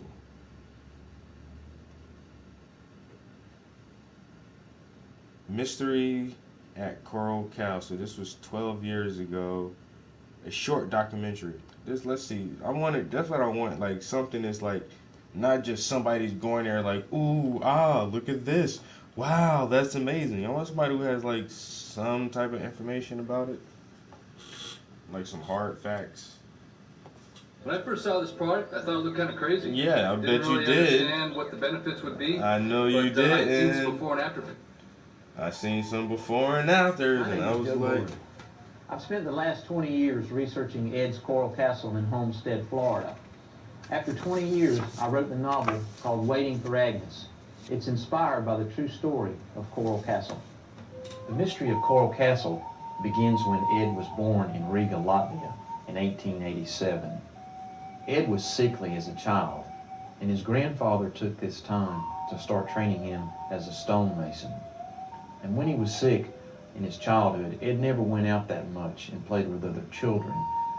When he was 26 years old, he met a 16-year-old girl named Agnes Scuss. And Ed had never dated that much, and he just fell madly in with Agnes. She fell in love with him also. They were scheduled or engaged to be married in 1912. And Agnes never really gave a good reason, but the night before the wedding, she just simply said, Ed, I can't marry you. And she jilted him at the altar. In 1912, Ed Lee Scowlin was engaged to Agnes Scuff, his fiancée, in Latvia. She was 16 years old. He called her his sweet 16. The night before the wedding, Agnes jilted Ed. Broken-hearted, he came to Florida to build Coral Castle. Today, we're going to explore the mysteries of Coral Castle. All of Ed's tools came from a junkyard, beginning with this bell here. Ed said, ring this bell twice and I'll give you a tour. If you ring it once or you ring it 3 times, Ed wouldn't come out. If you take a tour of Coral Castle today, you'll see a stone down there that is taller than the stones at Stonehenge. Ed was saying with this stone, I know the secret of Stonehenge. And at the 30-ton stone that Ed put up there, he left a marker on top with a configuration of 3 stones. And if you look in the heart of the King's Chamber in the Great Pyramid, you'll see this exact configuration of stones. At Coral Castle, Ed Lee Scowlin cut and moved over 1,100 tons of solid coral. Ed used this, what he called his Stonehenge stone here, to prove that he understood the secret science behind Stonehenge. And if you'll notice the T-shaped stone on top of this stone is taller than many of the stones at Stonehenge. Ed used Coral Castle here to prove he understood a secret science that has long ago been forgotten. At 30 tons, this is the heaviest stone that Ed cut and lifted at Coral Castle. If you notice this configuration of stones on top here, Ed called this 30-ton stone his king stone. And he said the stones up top were the crown for the king. But if you look inside the King's Chamber at the Great Pyramid, you'll find this same configuration of stones. What was Ed trying to say with this configuration of stones? It's only my opinion, but I believe that what he was saying, if you look at the King's Chamber and you look at my stone here, you'll see that I understood the secret of the Great Pyramid. Ed's greatest accomplishment at Coral Castle, and it's something that has scientists and engineers totally baffled today. If you go to Coral Castle in the east wall, Ed called this his 9-ton swinging gate. Ed took a stone. Now we're talking about jagged coral here. And you got to remember one thing. It's coral, but it's also called oolitic limestone because it's made up of little tiny corals that were formed thousands of years ago. It's very hard, but it's also brittle. You can tap this with a hammer and it will break. And yet, Ed was able to cut this stone and move it and never lost a piece of it. This 9-ton gate is perfectly balanced on the wheel bearings of a 1918 Ford truck. To do this, Ed had to find the center of gravity of the stone, and he had no tools. All his tools came from a junkyard. Now this stone is so perfectly balanced that it'll move with a gentle push. In 1986, the weight, 9 tons of this stone, crushed the wheel bearings. So Coral Castle called the University of Florida. They sent down an engineering team to see if they could fix it. What happened was this. They called in a construction crew. They brought in a 50-ton crane. They lifted this 9-ton gate up. Well, when they did, at the bottom, they found that Ed had mounted this 9-ton stone on a smaller pie-shaped piece of stone. They could not understand how the pie-shaped piece of stone supported the 9 tons. So they sent it to the geology department at the University of Florida. The University of Florida Geology Department studied the stone, sent it back to Coral Castle here in Homestead, Florida, and they said, hey, this is not a meteorite, but the origin of this stone cannot be determined. The materials are not of this earth. Well, many people were curious about, well, why is this man building this castle? And what he would tell the local people in Homestead or Florida City, he would say, well, he'd look out towards Latvia, and he'd say, I'm building Coral Castle for my sweet 16. One day, she's going to come across the water, the ocean there, and she's going to marry me here at Coral Castle. And until she does, I'm waiting for Agnes. In Ripley, believe it or not, they call this the world's largest valentine. It weighs 5,000 pounds. Ed said man was forgetful by nature. And he said that if he forgot to give Agnes a Valentine's Day card, that when they sat down and had dinner every night at this table, she could look at this card and she'd always know she had one. Ed said he was a poor man and he didn't have enough money to provide Agnes with fresh flowers every day. And she loved fresh flowers. So Ed planted this Ixora bush in the center of the table so that Agnes would always have fresh flowers. This plant is over 50 years old and is still growing healthy today. I'm sitting here on one of Ed's lookout posts. Ed only worked from midnight till 6 in the morning, so no one could catch him cutting and lifting the stones at Coral Castle. If you should try to sneak up on Ed outside in the dark, all this area around Homestead used to be woods. So Ed would be working in here. It might be 3 o'clock in the morning. What he would do is he'd step up on this stone here, sit up on the top of the stones, cross his arms, and look out and say, how are y'all doing tonight? When you leave, I'll go back to work. It's verified. No one ever caught Ed Lee Scalman working at Coral Castle. That's why it's still a mystery today how he cut and moved the heavy stones. Now the story is that nobody could sneak up on Ed, but some children one time reported that they saw Ed floating these stones, these huge 10-ton stones across the Coral Castle grounds there. He was floating them, the kids said, like hydrogen balloons. Ed invented this magnetic generator in 1918. He left the plans behind for how to build it. The government would never give him a patent on it. Does this magnetic generator hold the key to solving the world's energy problems? Another fascinating mystery at Ed's Coral Castle is his magnetic generator. Forgive me, I'm not a mechanic, so I'm going to have to explain this in the old crude terms that I have. Ed believed that everything in the world was made up of magnets, and he said, once you get the North and South Pole magnets chasing each other, he said it will never stop unless you break the current. And this idea falls in line with a lot of the trains, the jet trains that are being, the magnetic levitation trains that are being developed in Japan, where the train doesn't actually ride on the iron cable, but it actually floats above it. And this is the idea that Ed had. In December 1951, Ed hadn't been feeling very well. He had stopped eating, in fact. And one day, he put up a simple sign on the front door of Coral Castle that read, "Going to hospital." Ed got on his bicycle. He was weak, and he pedaled over to the local bus station in Homestead, Florida. And he bought a ticket, and he hopped a bus to Jackson Memorial, Miami. And he checked himself into the hospital there, and the doctors were a little bit amazed. They said, you know, you haven't been eating here, your body's weak. And they started trying to pump fluids in him and get his strength back. But Ed lapsed into a coma.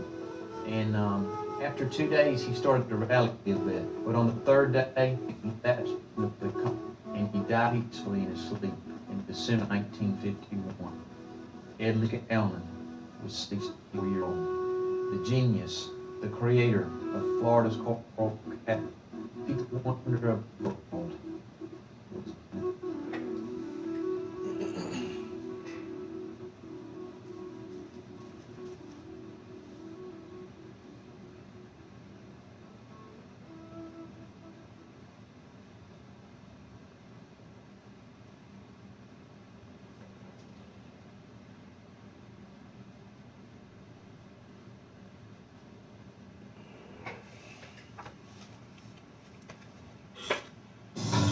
So the name is Dr. Alan J. Hine. Weren't you with a thing called Project Blue Book? Well, I thought they shut it all down. He says, yeah, they got you thinking right, don't they? We went inside this craft. There was a soldier standing right here. And there, all of a sudden, I see like a flash. I gotta finish watching that show too. Project Blue Book. That show was getting pretty good. I've been watching Attack on Titan. Oh my god, that shit is on in my life right now, yo. I can't do shit, man. I can't get shit done because I'm playing fucking Call of Duty and watching Attack on Titan. That shit has me so fucked up right now.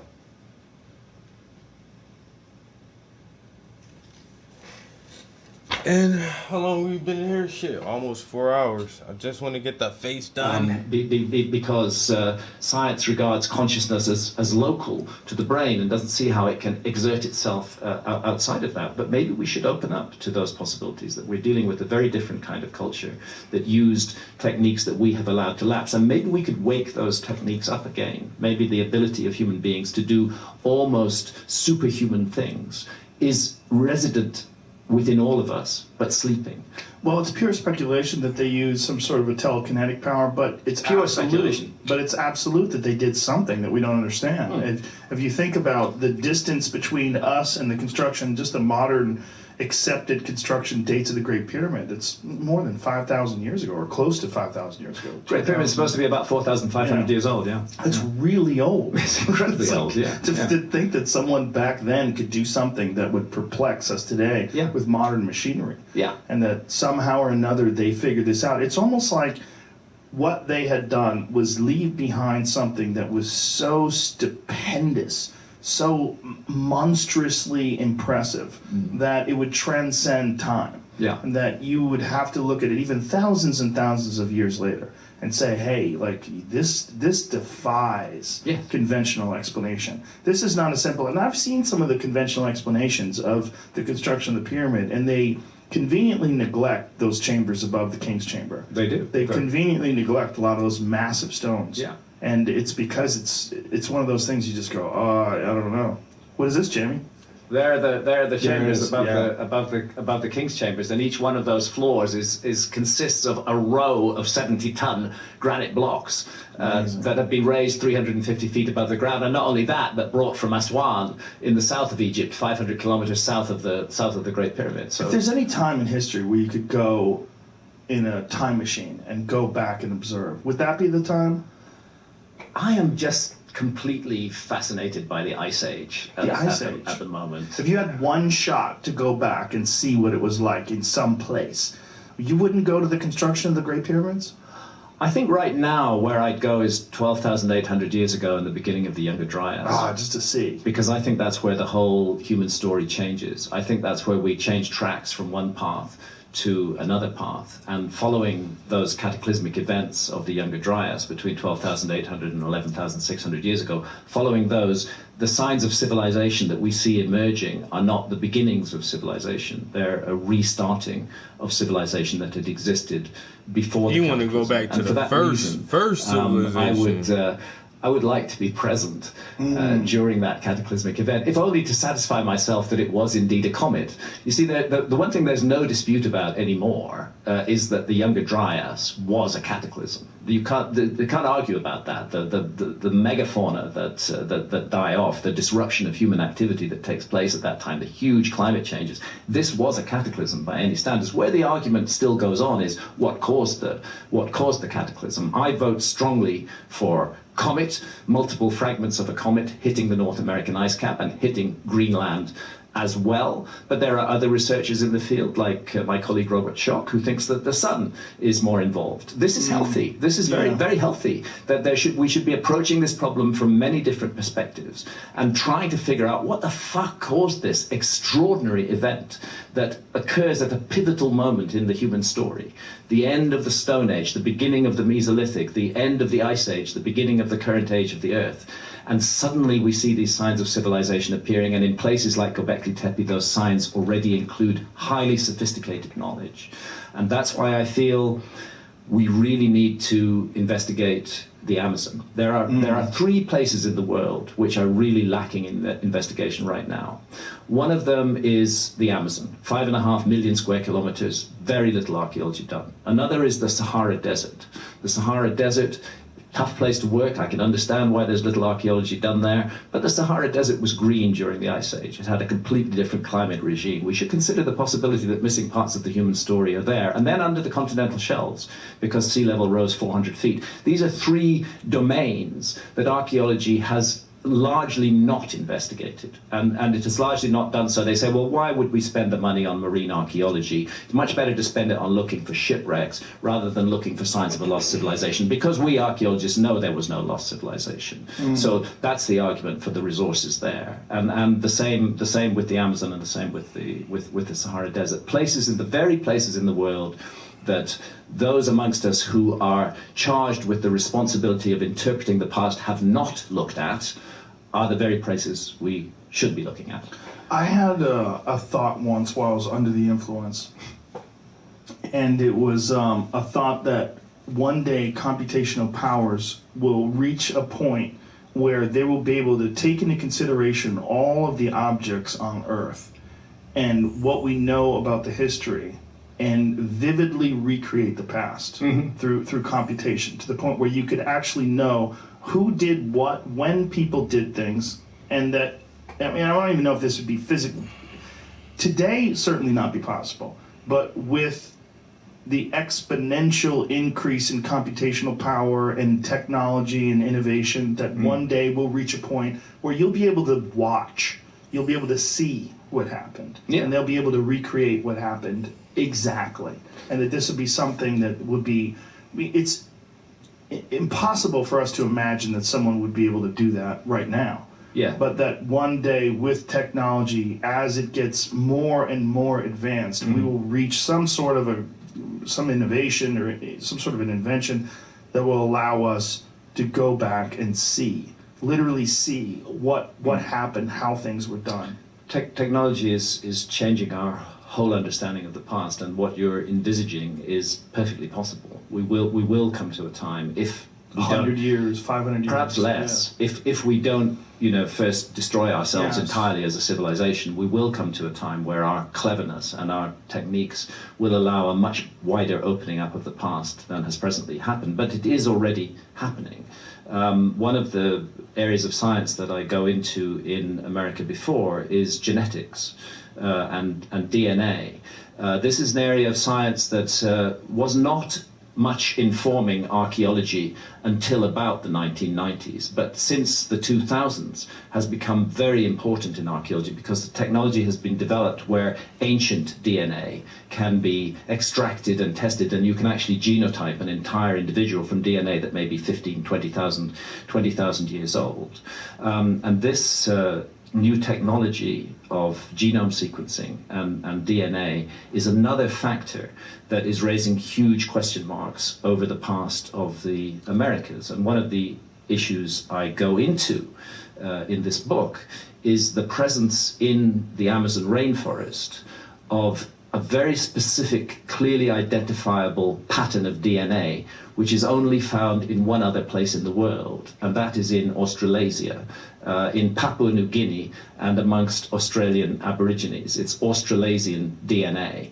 Now, in South America. Not only in South America, but in the depths of the Amazon rainforest, tribes who've only been contacted in the last 20 or 30 years. And furthermore, although skeletal remains are rare, it has been found in ancient skeletal remains that are close to 11,000 years old in the Amazon. So that tells us that this DNA signal has been in the Amazon for at least 11,000 years. The geneticists think that it came to the Amazon during the last ice age. And this raises a huge mystery, because the peopling of the Americas is supposed to have occurred from Siberia, across the Bering Straits, down through that ice-free corridor into North America, down through North America, into South America, into Central America, and finally into South America. If that was the whole story, then we would find this DNA signal in North America and in Central America. We would not find it only in the Amazon. And I talked to some of the leading geneticists about this, but specifically Professor Eske Willerslev at the University of Copenhagen, who's been the lead author in a number of major studies of ancient DNA. And I asked him, what do you make of this Australasian DNA in the Amazon? And he said, honestly, we don't have a proper explanation for it at the moment. But what he did say is that the most parsimonious explanation, he used that specific word, the most parsimonious explanation is that a group of people during the Ice Age crossed the Pacific Ocean and settled up and ended up in South America and settled in the Amazon and brought their DNA with them. That would account perfectly for the DNA data. And when a scientist says the most parsimonious explanation, what that scientist is saying is he likes that explanation, that it's a simple, direct, clear explanation of the DNA mystery. But then he added, however, it doesn't make practical sense. And I asked him, well, why doesn't it make practical sense? And he said, because the archaeologists tell me that no human population was capable of crossing the Pacific Ocean during the Ice Age, at which point it was natural for me to say, do you really trust the archaeologists? And he said, well, in science, we do trust the work of other scientists. We don't really question it. We don't really investigate it. That's their side of the business. And my view is that is rather than taking this weird, anomalous Australasian DNA signal in the heart of the Amazon as something to be explained away and as something to be for it to be denied that it could be connected to a voyage across the Pacific Ocean, maybe it's the first compelling evidence that voyages were taking place across the Pacific Ocean during the Ice Age.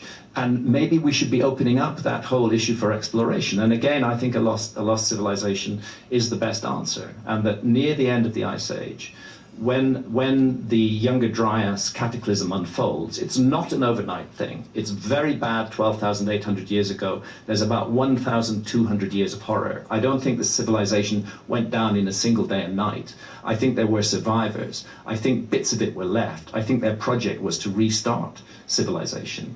And I suggest very strongly that where they tried to mount that project was amongst the hunter-gatherers who coexisted in the world with them at that time. We ourselves are an advanced civilization, at least that's what we call ourselves, and we coexist in the world with hunter-gatherers. It's not an odd idea that an advanced civilization and hunter-gatherers should coexist, and there is separation between us and the Amazonian hunter-gatherers. There are tribes in the Amazon that are uncontacted and that we don't know even exist. If a catastrophe on the level of the Younger Dryas were to occur today, I don't think that our civilization would make it through. We are the spoilt children of the earth. We are just used to having everything laid on. You know, the supermarket shelves are groaning with food. We can get food delivered to our homes. We have roofs over our head. We have shelters. We have clothing. Everything is taken for granted. I guess you're an exception, but very few people in modern Western culture know how to survive. They don't have survival skills. They don't know how to hunt. They don't know how to gather. They don't know how to grow crops because they've handed that responsibility over to others. We live in a society that's highly segmented and specialized, and different people specialize in different things, but nobody has the vast general survival skill that a hunter-gatherer has. So in a global cataclysm, actually, at first counterintuitively, the people who would survive it would be the hunter-gatherers. And an advanced civilization would be smart, if they were survivors, to seek refuge amongst hunter-gatherers, to make that the place where they might try to restart their civilization. And that's why I think that this Australasian DNA signal in the Amazon may be part of the evidence for a sort of outreach effort that was being made by a lost civilization, seeing the disaster coming down on it and realizing that something needed to be done. Well, it's fascinating to me that the geneticists would rely on the archaeologists, being that the geneticists have the actual DNA that they can examine, where the archaeologists are piecing things together. Yeah, absolutely. Little tiny bits of information over the entire landscape. Yeah. And then you consider how much information they don't have access to that's in the ground. Exactly. There's so much. I strongly resist the idea that archaeology is a science. I don't think it should be described as a science. What do you think it should be described as? It's more like a kind of philosophy. It's an attempt to interpret the past based on rather flimsy and limited evidence. And what you find in that interpretation is that the preconceptions of the individuals involved are being imposed upon the evidence, which then turns out to support their preconceptions. And that's not a scientific way of doing things. A scientific way of doing things is testing hypotheses and seeking to falsify them and seeing if they work out. So the problem is drawing these conclusions and then being too rigid with these conclusions on the further evidence. That's my view. Yeah. That archaeology has been much too rigid, and that there's a climate of fear in archaeology. I don't mean to pick particularly on archaeologists here. I think this is generally true across other disciplines as well. These days, academics are driven by the need to publish research papers. That's what they build their careers on. If they can get a paper on their bit of research published in Nature or the Proceedings of the National Academy of Sciences, etc., that's good for their careers. But then you confront the gatekeepers in those publications who regard any archaeological idea that is not part of the mainstream accepted consensus with great suspicion and are most reluctant to publish that information. Now, what is the mainstream, when archaeologists talk about seafaring humans, what do they date that to? Well, the Polynesians, the great seafaring adventure that is accepted by archaeology is called the Polynesian expansion. And it's a remarkable story. And that occurs roughly 3,000 to 3,500 years ago. And those Polynesians were amazing ocean navigators. They could cross distances of thousands of kilometers with pinpoint accuracy. I mean, it's not an accident that the Polynesians found Easter Island. Finding Easter Island is a really challenging project. Easter Island is 2,000 miles from the coast of South America. It's 2,000 miles from the nearest other island, which is Tahiti. It's just a little speck in the middle of the ocean, but the Polynesians found it and settled there and appear to have brought a reproductively viable population there and appear to have made voyages back and forth. But that was 3,000 to 3,500 years ago. That was not 12,800 years ago. And this is where archaeology's adamant position that ocean voyaging was begun by the Polynesians and that there was no major ocean voyages before that, I think needs to be strongly questioned, and it needs to be strongly questioned in the light of this DNA evidence from the Amazon, rather than rejecting the evidence. An attempt should be made to consider what that might mean. Well, it's interesting because we know that the Egyptians had boats.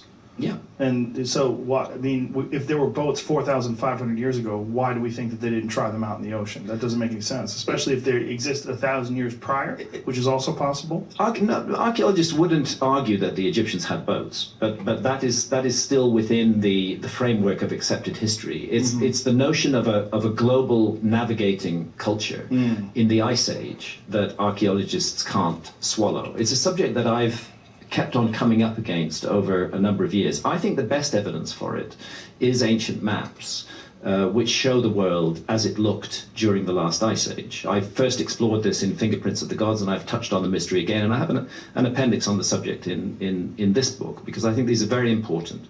We're talking about maps that were drawn roughly between the 1300s and the 1700s. In other words, in relatively recent history.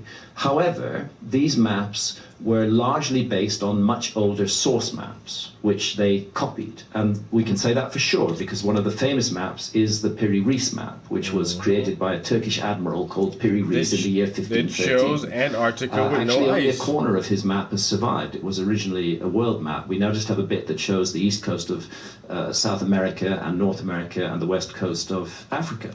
Piri Reis writes in that map that it is in his own handwriting that he based it on more than 100 older source maps, some of which had come from the Library of Alexandria. In other words, that maps had been, when the Library of Alexandria had been destroyed in the 4th century AD or whenever it was, some of its contents had been rescued and brought to Constantinople, which became the Turkish capital, and Piri Reis had access to those maps, and he incorporated information from those maps on his maps, as well as incorporating more recent navigational information. And this is one of a whole category of maps which are extremely hard to explain. All of them based on older source maps, now lost, all of them incorporating extremely precise relative longitudes and latitudes. Latitude is not that difficult a technological feat, but longitude is a difficult technological feat. Longitude involves a chronometer. It involves knowing the time at the place you began your voyage and the local noon as well, and calculating the difference between them. You need a chronometer that will keep accurate time at sea with the motions of a ship. And it's just a plain fact that our civilization did not invent such a chronometer until the late 18th century.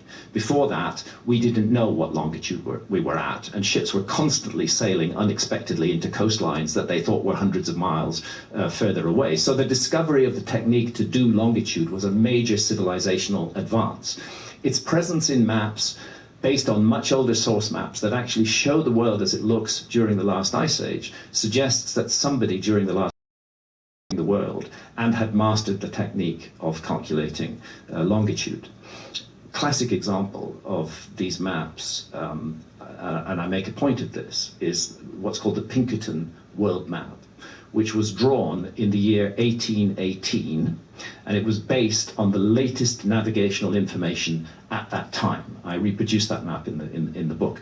What's missing from the map, entirely missing, is Antarctica. There's just a hole at the bottom of the world. There's nothing there. The reason there's nothing there, there's another Pinkerton map that shows that.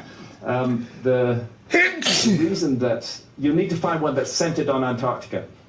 The reason that Antarctica is not there is that our civilization hadn't discovered Antarctica in 1818. So they couldn't authentically put it on a map in 1818. They discovered it in 1819, and that's when it starts appearing on modern maps. The problem is that Antarctica appears repeatedly on these much older maps, and it appears in the right place, and a bit bigger than it is today, but very much as it looked during the last ice age. So what all of this suggests to me is that the world was mapped and explored by a global seafaring culture with a level of technology that was at least equivalent to ours at the end of the 18th century during the Ice Age. Wasn't there also a map of Greenland that showed it underneath the ice? Yes, there are, and another intriguing thing. I mentioned the Piri Reis map just now. Shown on the Piri Reis map, lying off the east coast of North America, is a large island with a row of megaliths, like a road of megaliths, running up the middle. I think I'm on. That island is in the exact place of the Grand Bahama Banks, Project Blue Book. I'm sure it's good to see it, yeah. Yeah, it is. But can I point it out to you because the map's rotated? It's there. That's right there. Okay, this thing. That one. Okay. That's great that you can bring this up, Jerry. That's really amazing. Good. So this island is sitting there off the southeast coast of North America. Look at the way they used to draw things back then, too. And what you see running down the middle of it is this road-like feature of megaliths. Yes, I see, right there, yeah. Mm-hmm. Now the thing is, there was a long period of my life when I did a lot of scuba diving, and I was looking at underwater structures, and one of the sites I dived on was the Bimini Road, which is in the Grand Bahama Banks. And the Bimini Road is exactly where that island is. And here's the issue. I don't care whether the Bimini Road is natural or man-made. For me, the mystery is that it is shown above water on that map. And the last time it was above water was thousands and thousands of years ago. So for me, this is all evidence that we shouldn't dismiss the possibility that our ancestors had achieved a level of technology where they could explore and map the world's oceans. We shouldn't dismiss that. There it is right there. So we don't know what those stones are or how they were created, but boy, do they look artificial. That's Yonaguni in Japan we're looking at now. But Go back to that image, Jimmy, the last image that we were just looking at. Look at that. I mean, that looks so man-made. And you can see that it's rather like the pattern that's shown on the island in the map. How deep is that today? Oh, it's not very deep. It's about 20 feet. But we think that was above water. It was definitely above water during the last ice age. When it finally went underwater, may have been as late as 8,000 or 9,000 years ago. Is there anything else compelling that's in the immediate area that seems to indicate that there was some sort of a man-made structure? Well, nobody's looked for it, and the whole effort of archaeology has been to dismiss the significance of the Bimini Road. How would they dismiss that? Well, they say that to me. They say it's totally natural. Come on, is it? Go back to that image again. Listen, this is the argument. Go back to that image that we just saw. Yeah, are you sure? As somebody who spent a lot of time diving on the Bimini Road, I can tell you I absolutely do not think it's natural. I think it's a man-made structure. But the argument is that it's a kind of beach rock that forms in these blocky formations. Does it? Is that yes, right? beach rock does form in blocky formations. But here I believe that the beach rock has been used as a construction material. But I repeat, the key issue is not whether the Bimini Road is man-made or not. The key issue is that it features on a map above water. And that is a dating project. That tells us that somebody was mapping that bit of the world when it was above water. And Jimmy, that go back to that takes us back a long way into the past. The one that you just pulled up. Yeah, look at that one. That's a stunning place. It's an amazing sight. It's just like the odds of that being in that order with those uniformly sized rocks for how long is that?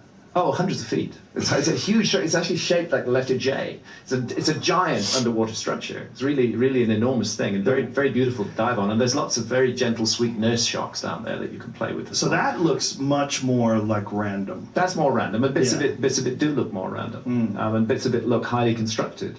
I would not seek to claim that the Bimini Road is absolutely man-made. My claim about the Bimini Road is it's really fucking weird that it appears on a map above water, a map that was drawn in 1513 based on older source maps. Now, when they found that ancient Greek computer thing, what is that called? The Abdicam theorem, yeah. Again, that testifies to a lost navigational skill that we have not taken account of before. Incredibly complex, and it took a long time for them to figure out what that even is. Yeah. What do they think that is now? It tracks the movements of the planets. It's a navigational device. It's a geared, cogged system that allows you to track the passage of time and figure out where you are. It's some kind of navigational device. It's not fully understood. And how old is that? I think that goes back to Greek times. I'm guessing here because the Greek times are not of great interest to me, but I'm thinking around about 500 BC. So at least 2,000 years old, 2,000 plus, and we know that there had to be more than one of these things. Yes, you can't have something like that without a vast effort behind it. Human beings were working on creating this geared and cogged machinery that reflected the patterns. Oh, is that a recreation of it? That's a recreation. Wow. Yeah. Can you buy one of those? All right, we're at 4 hours, dude, guys. Bookmark that. We need one right there, right next to the plasticells. So such a thing is a cultural art. All right, we're at 4 hours. Take a little break. Don't want to overdo it. I don't know. Let me see. Sunday, and it's still early. I feel kind of sleepy, yo. I might take a little nap. Take a little nappy nap. I don't know. But I definitely want to get back in here later today and work on the skin some more and try to get the hands painted.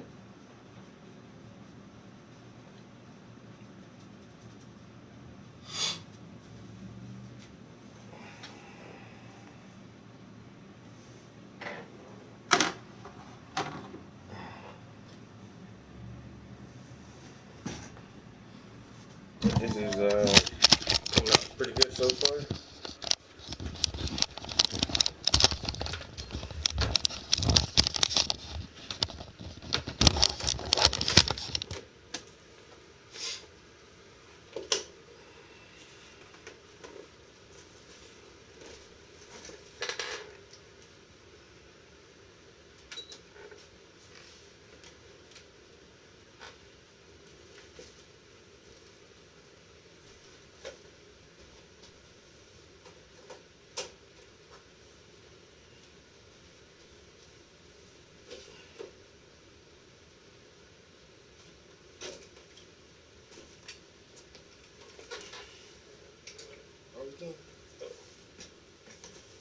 Clean some brushes. Gotta clean my brushes.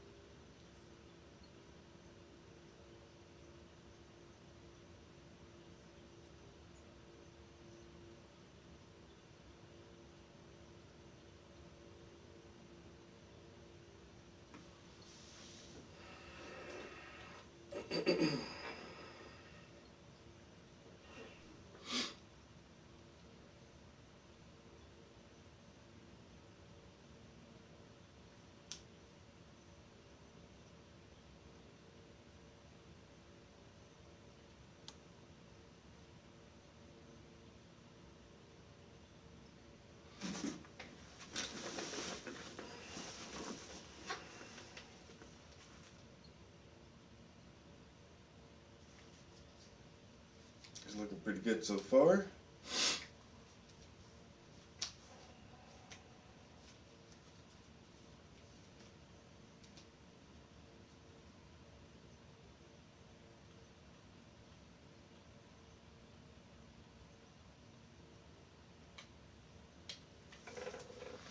Alright guys, I appreciate everybody chilling in here with me, checking out the progress on this new commission we just started.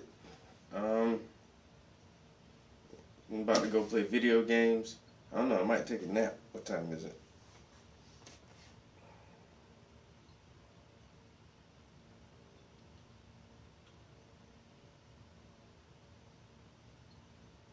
It's only 10 o'clock in the morning. I already been here for 4 hours. You know what I'm saying? Still got the whole day ahead of me. It ain't even lunchtime yet. I'll probably go play the games for an hour or so. I don't know, take a nap or something. I don't really got shit to do. I do need to run to the grocery store and grab a few things. But other than that, I'll just be back in here later on. So, catch y'all on the flip side. Peace.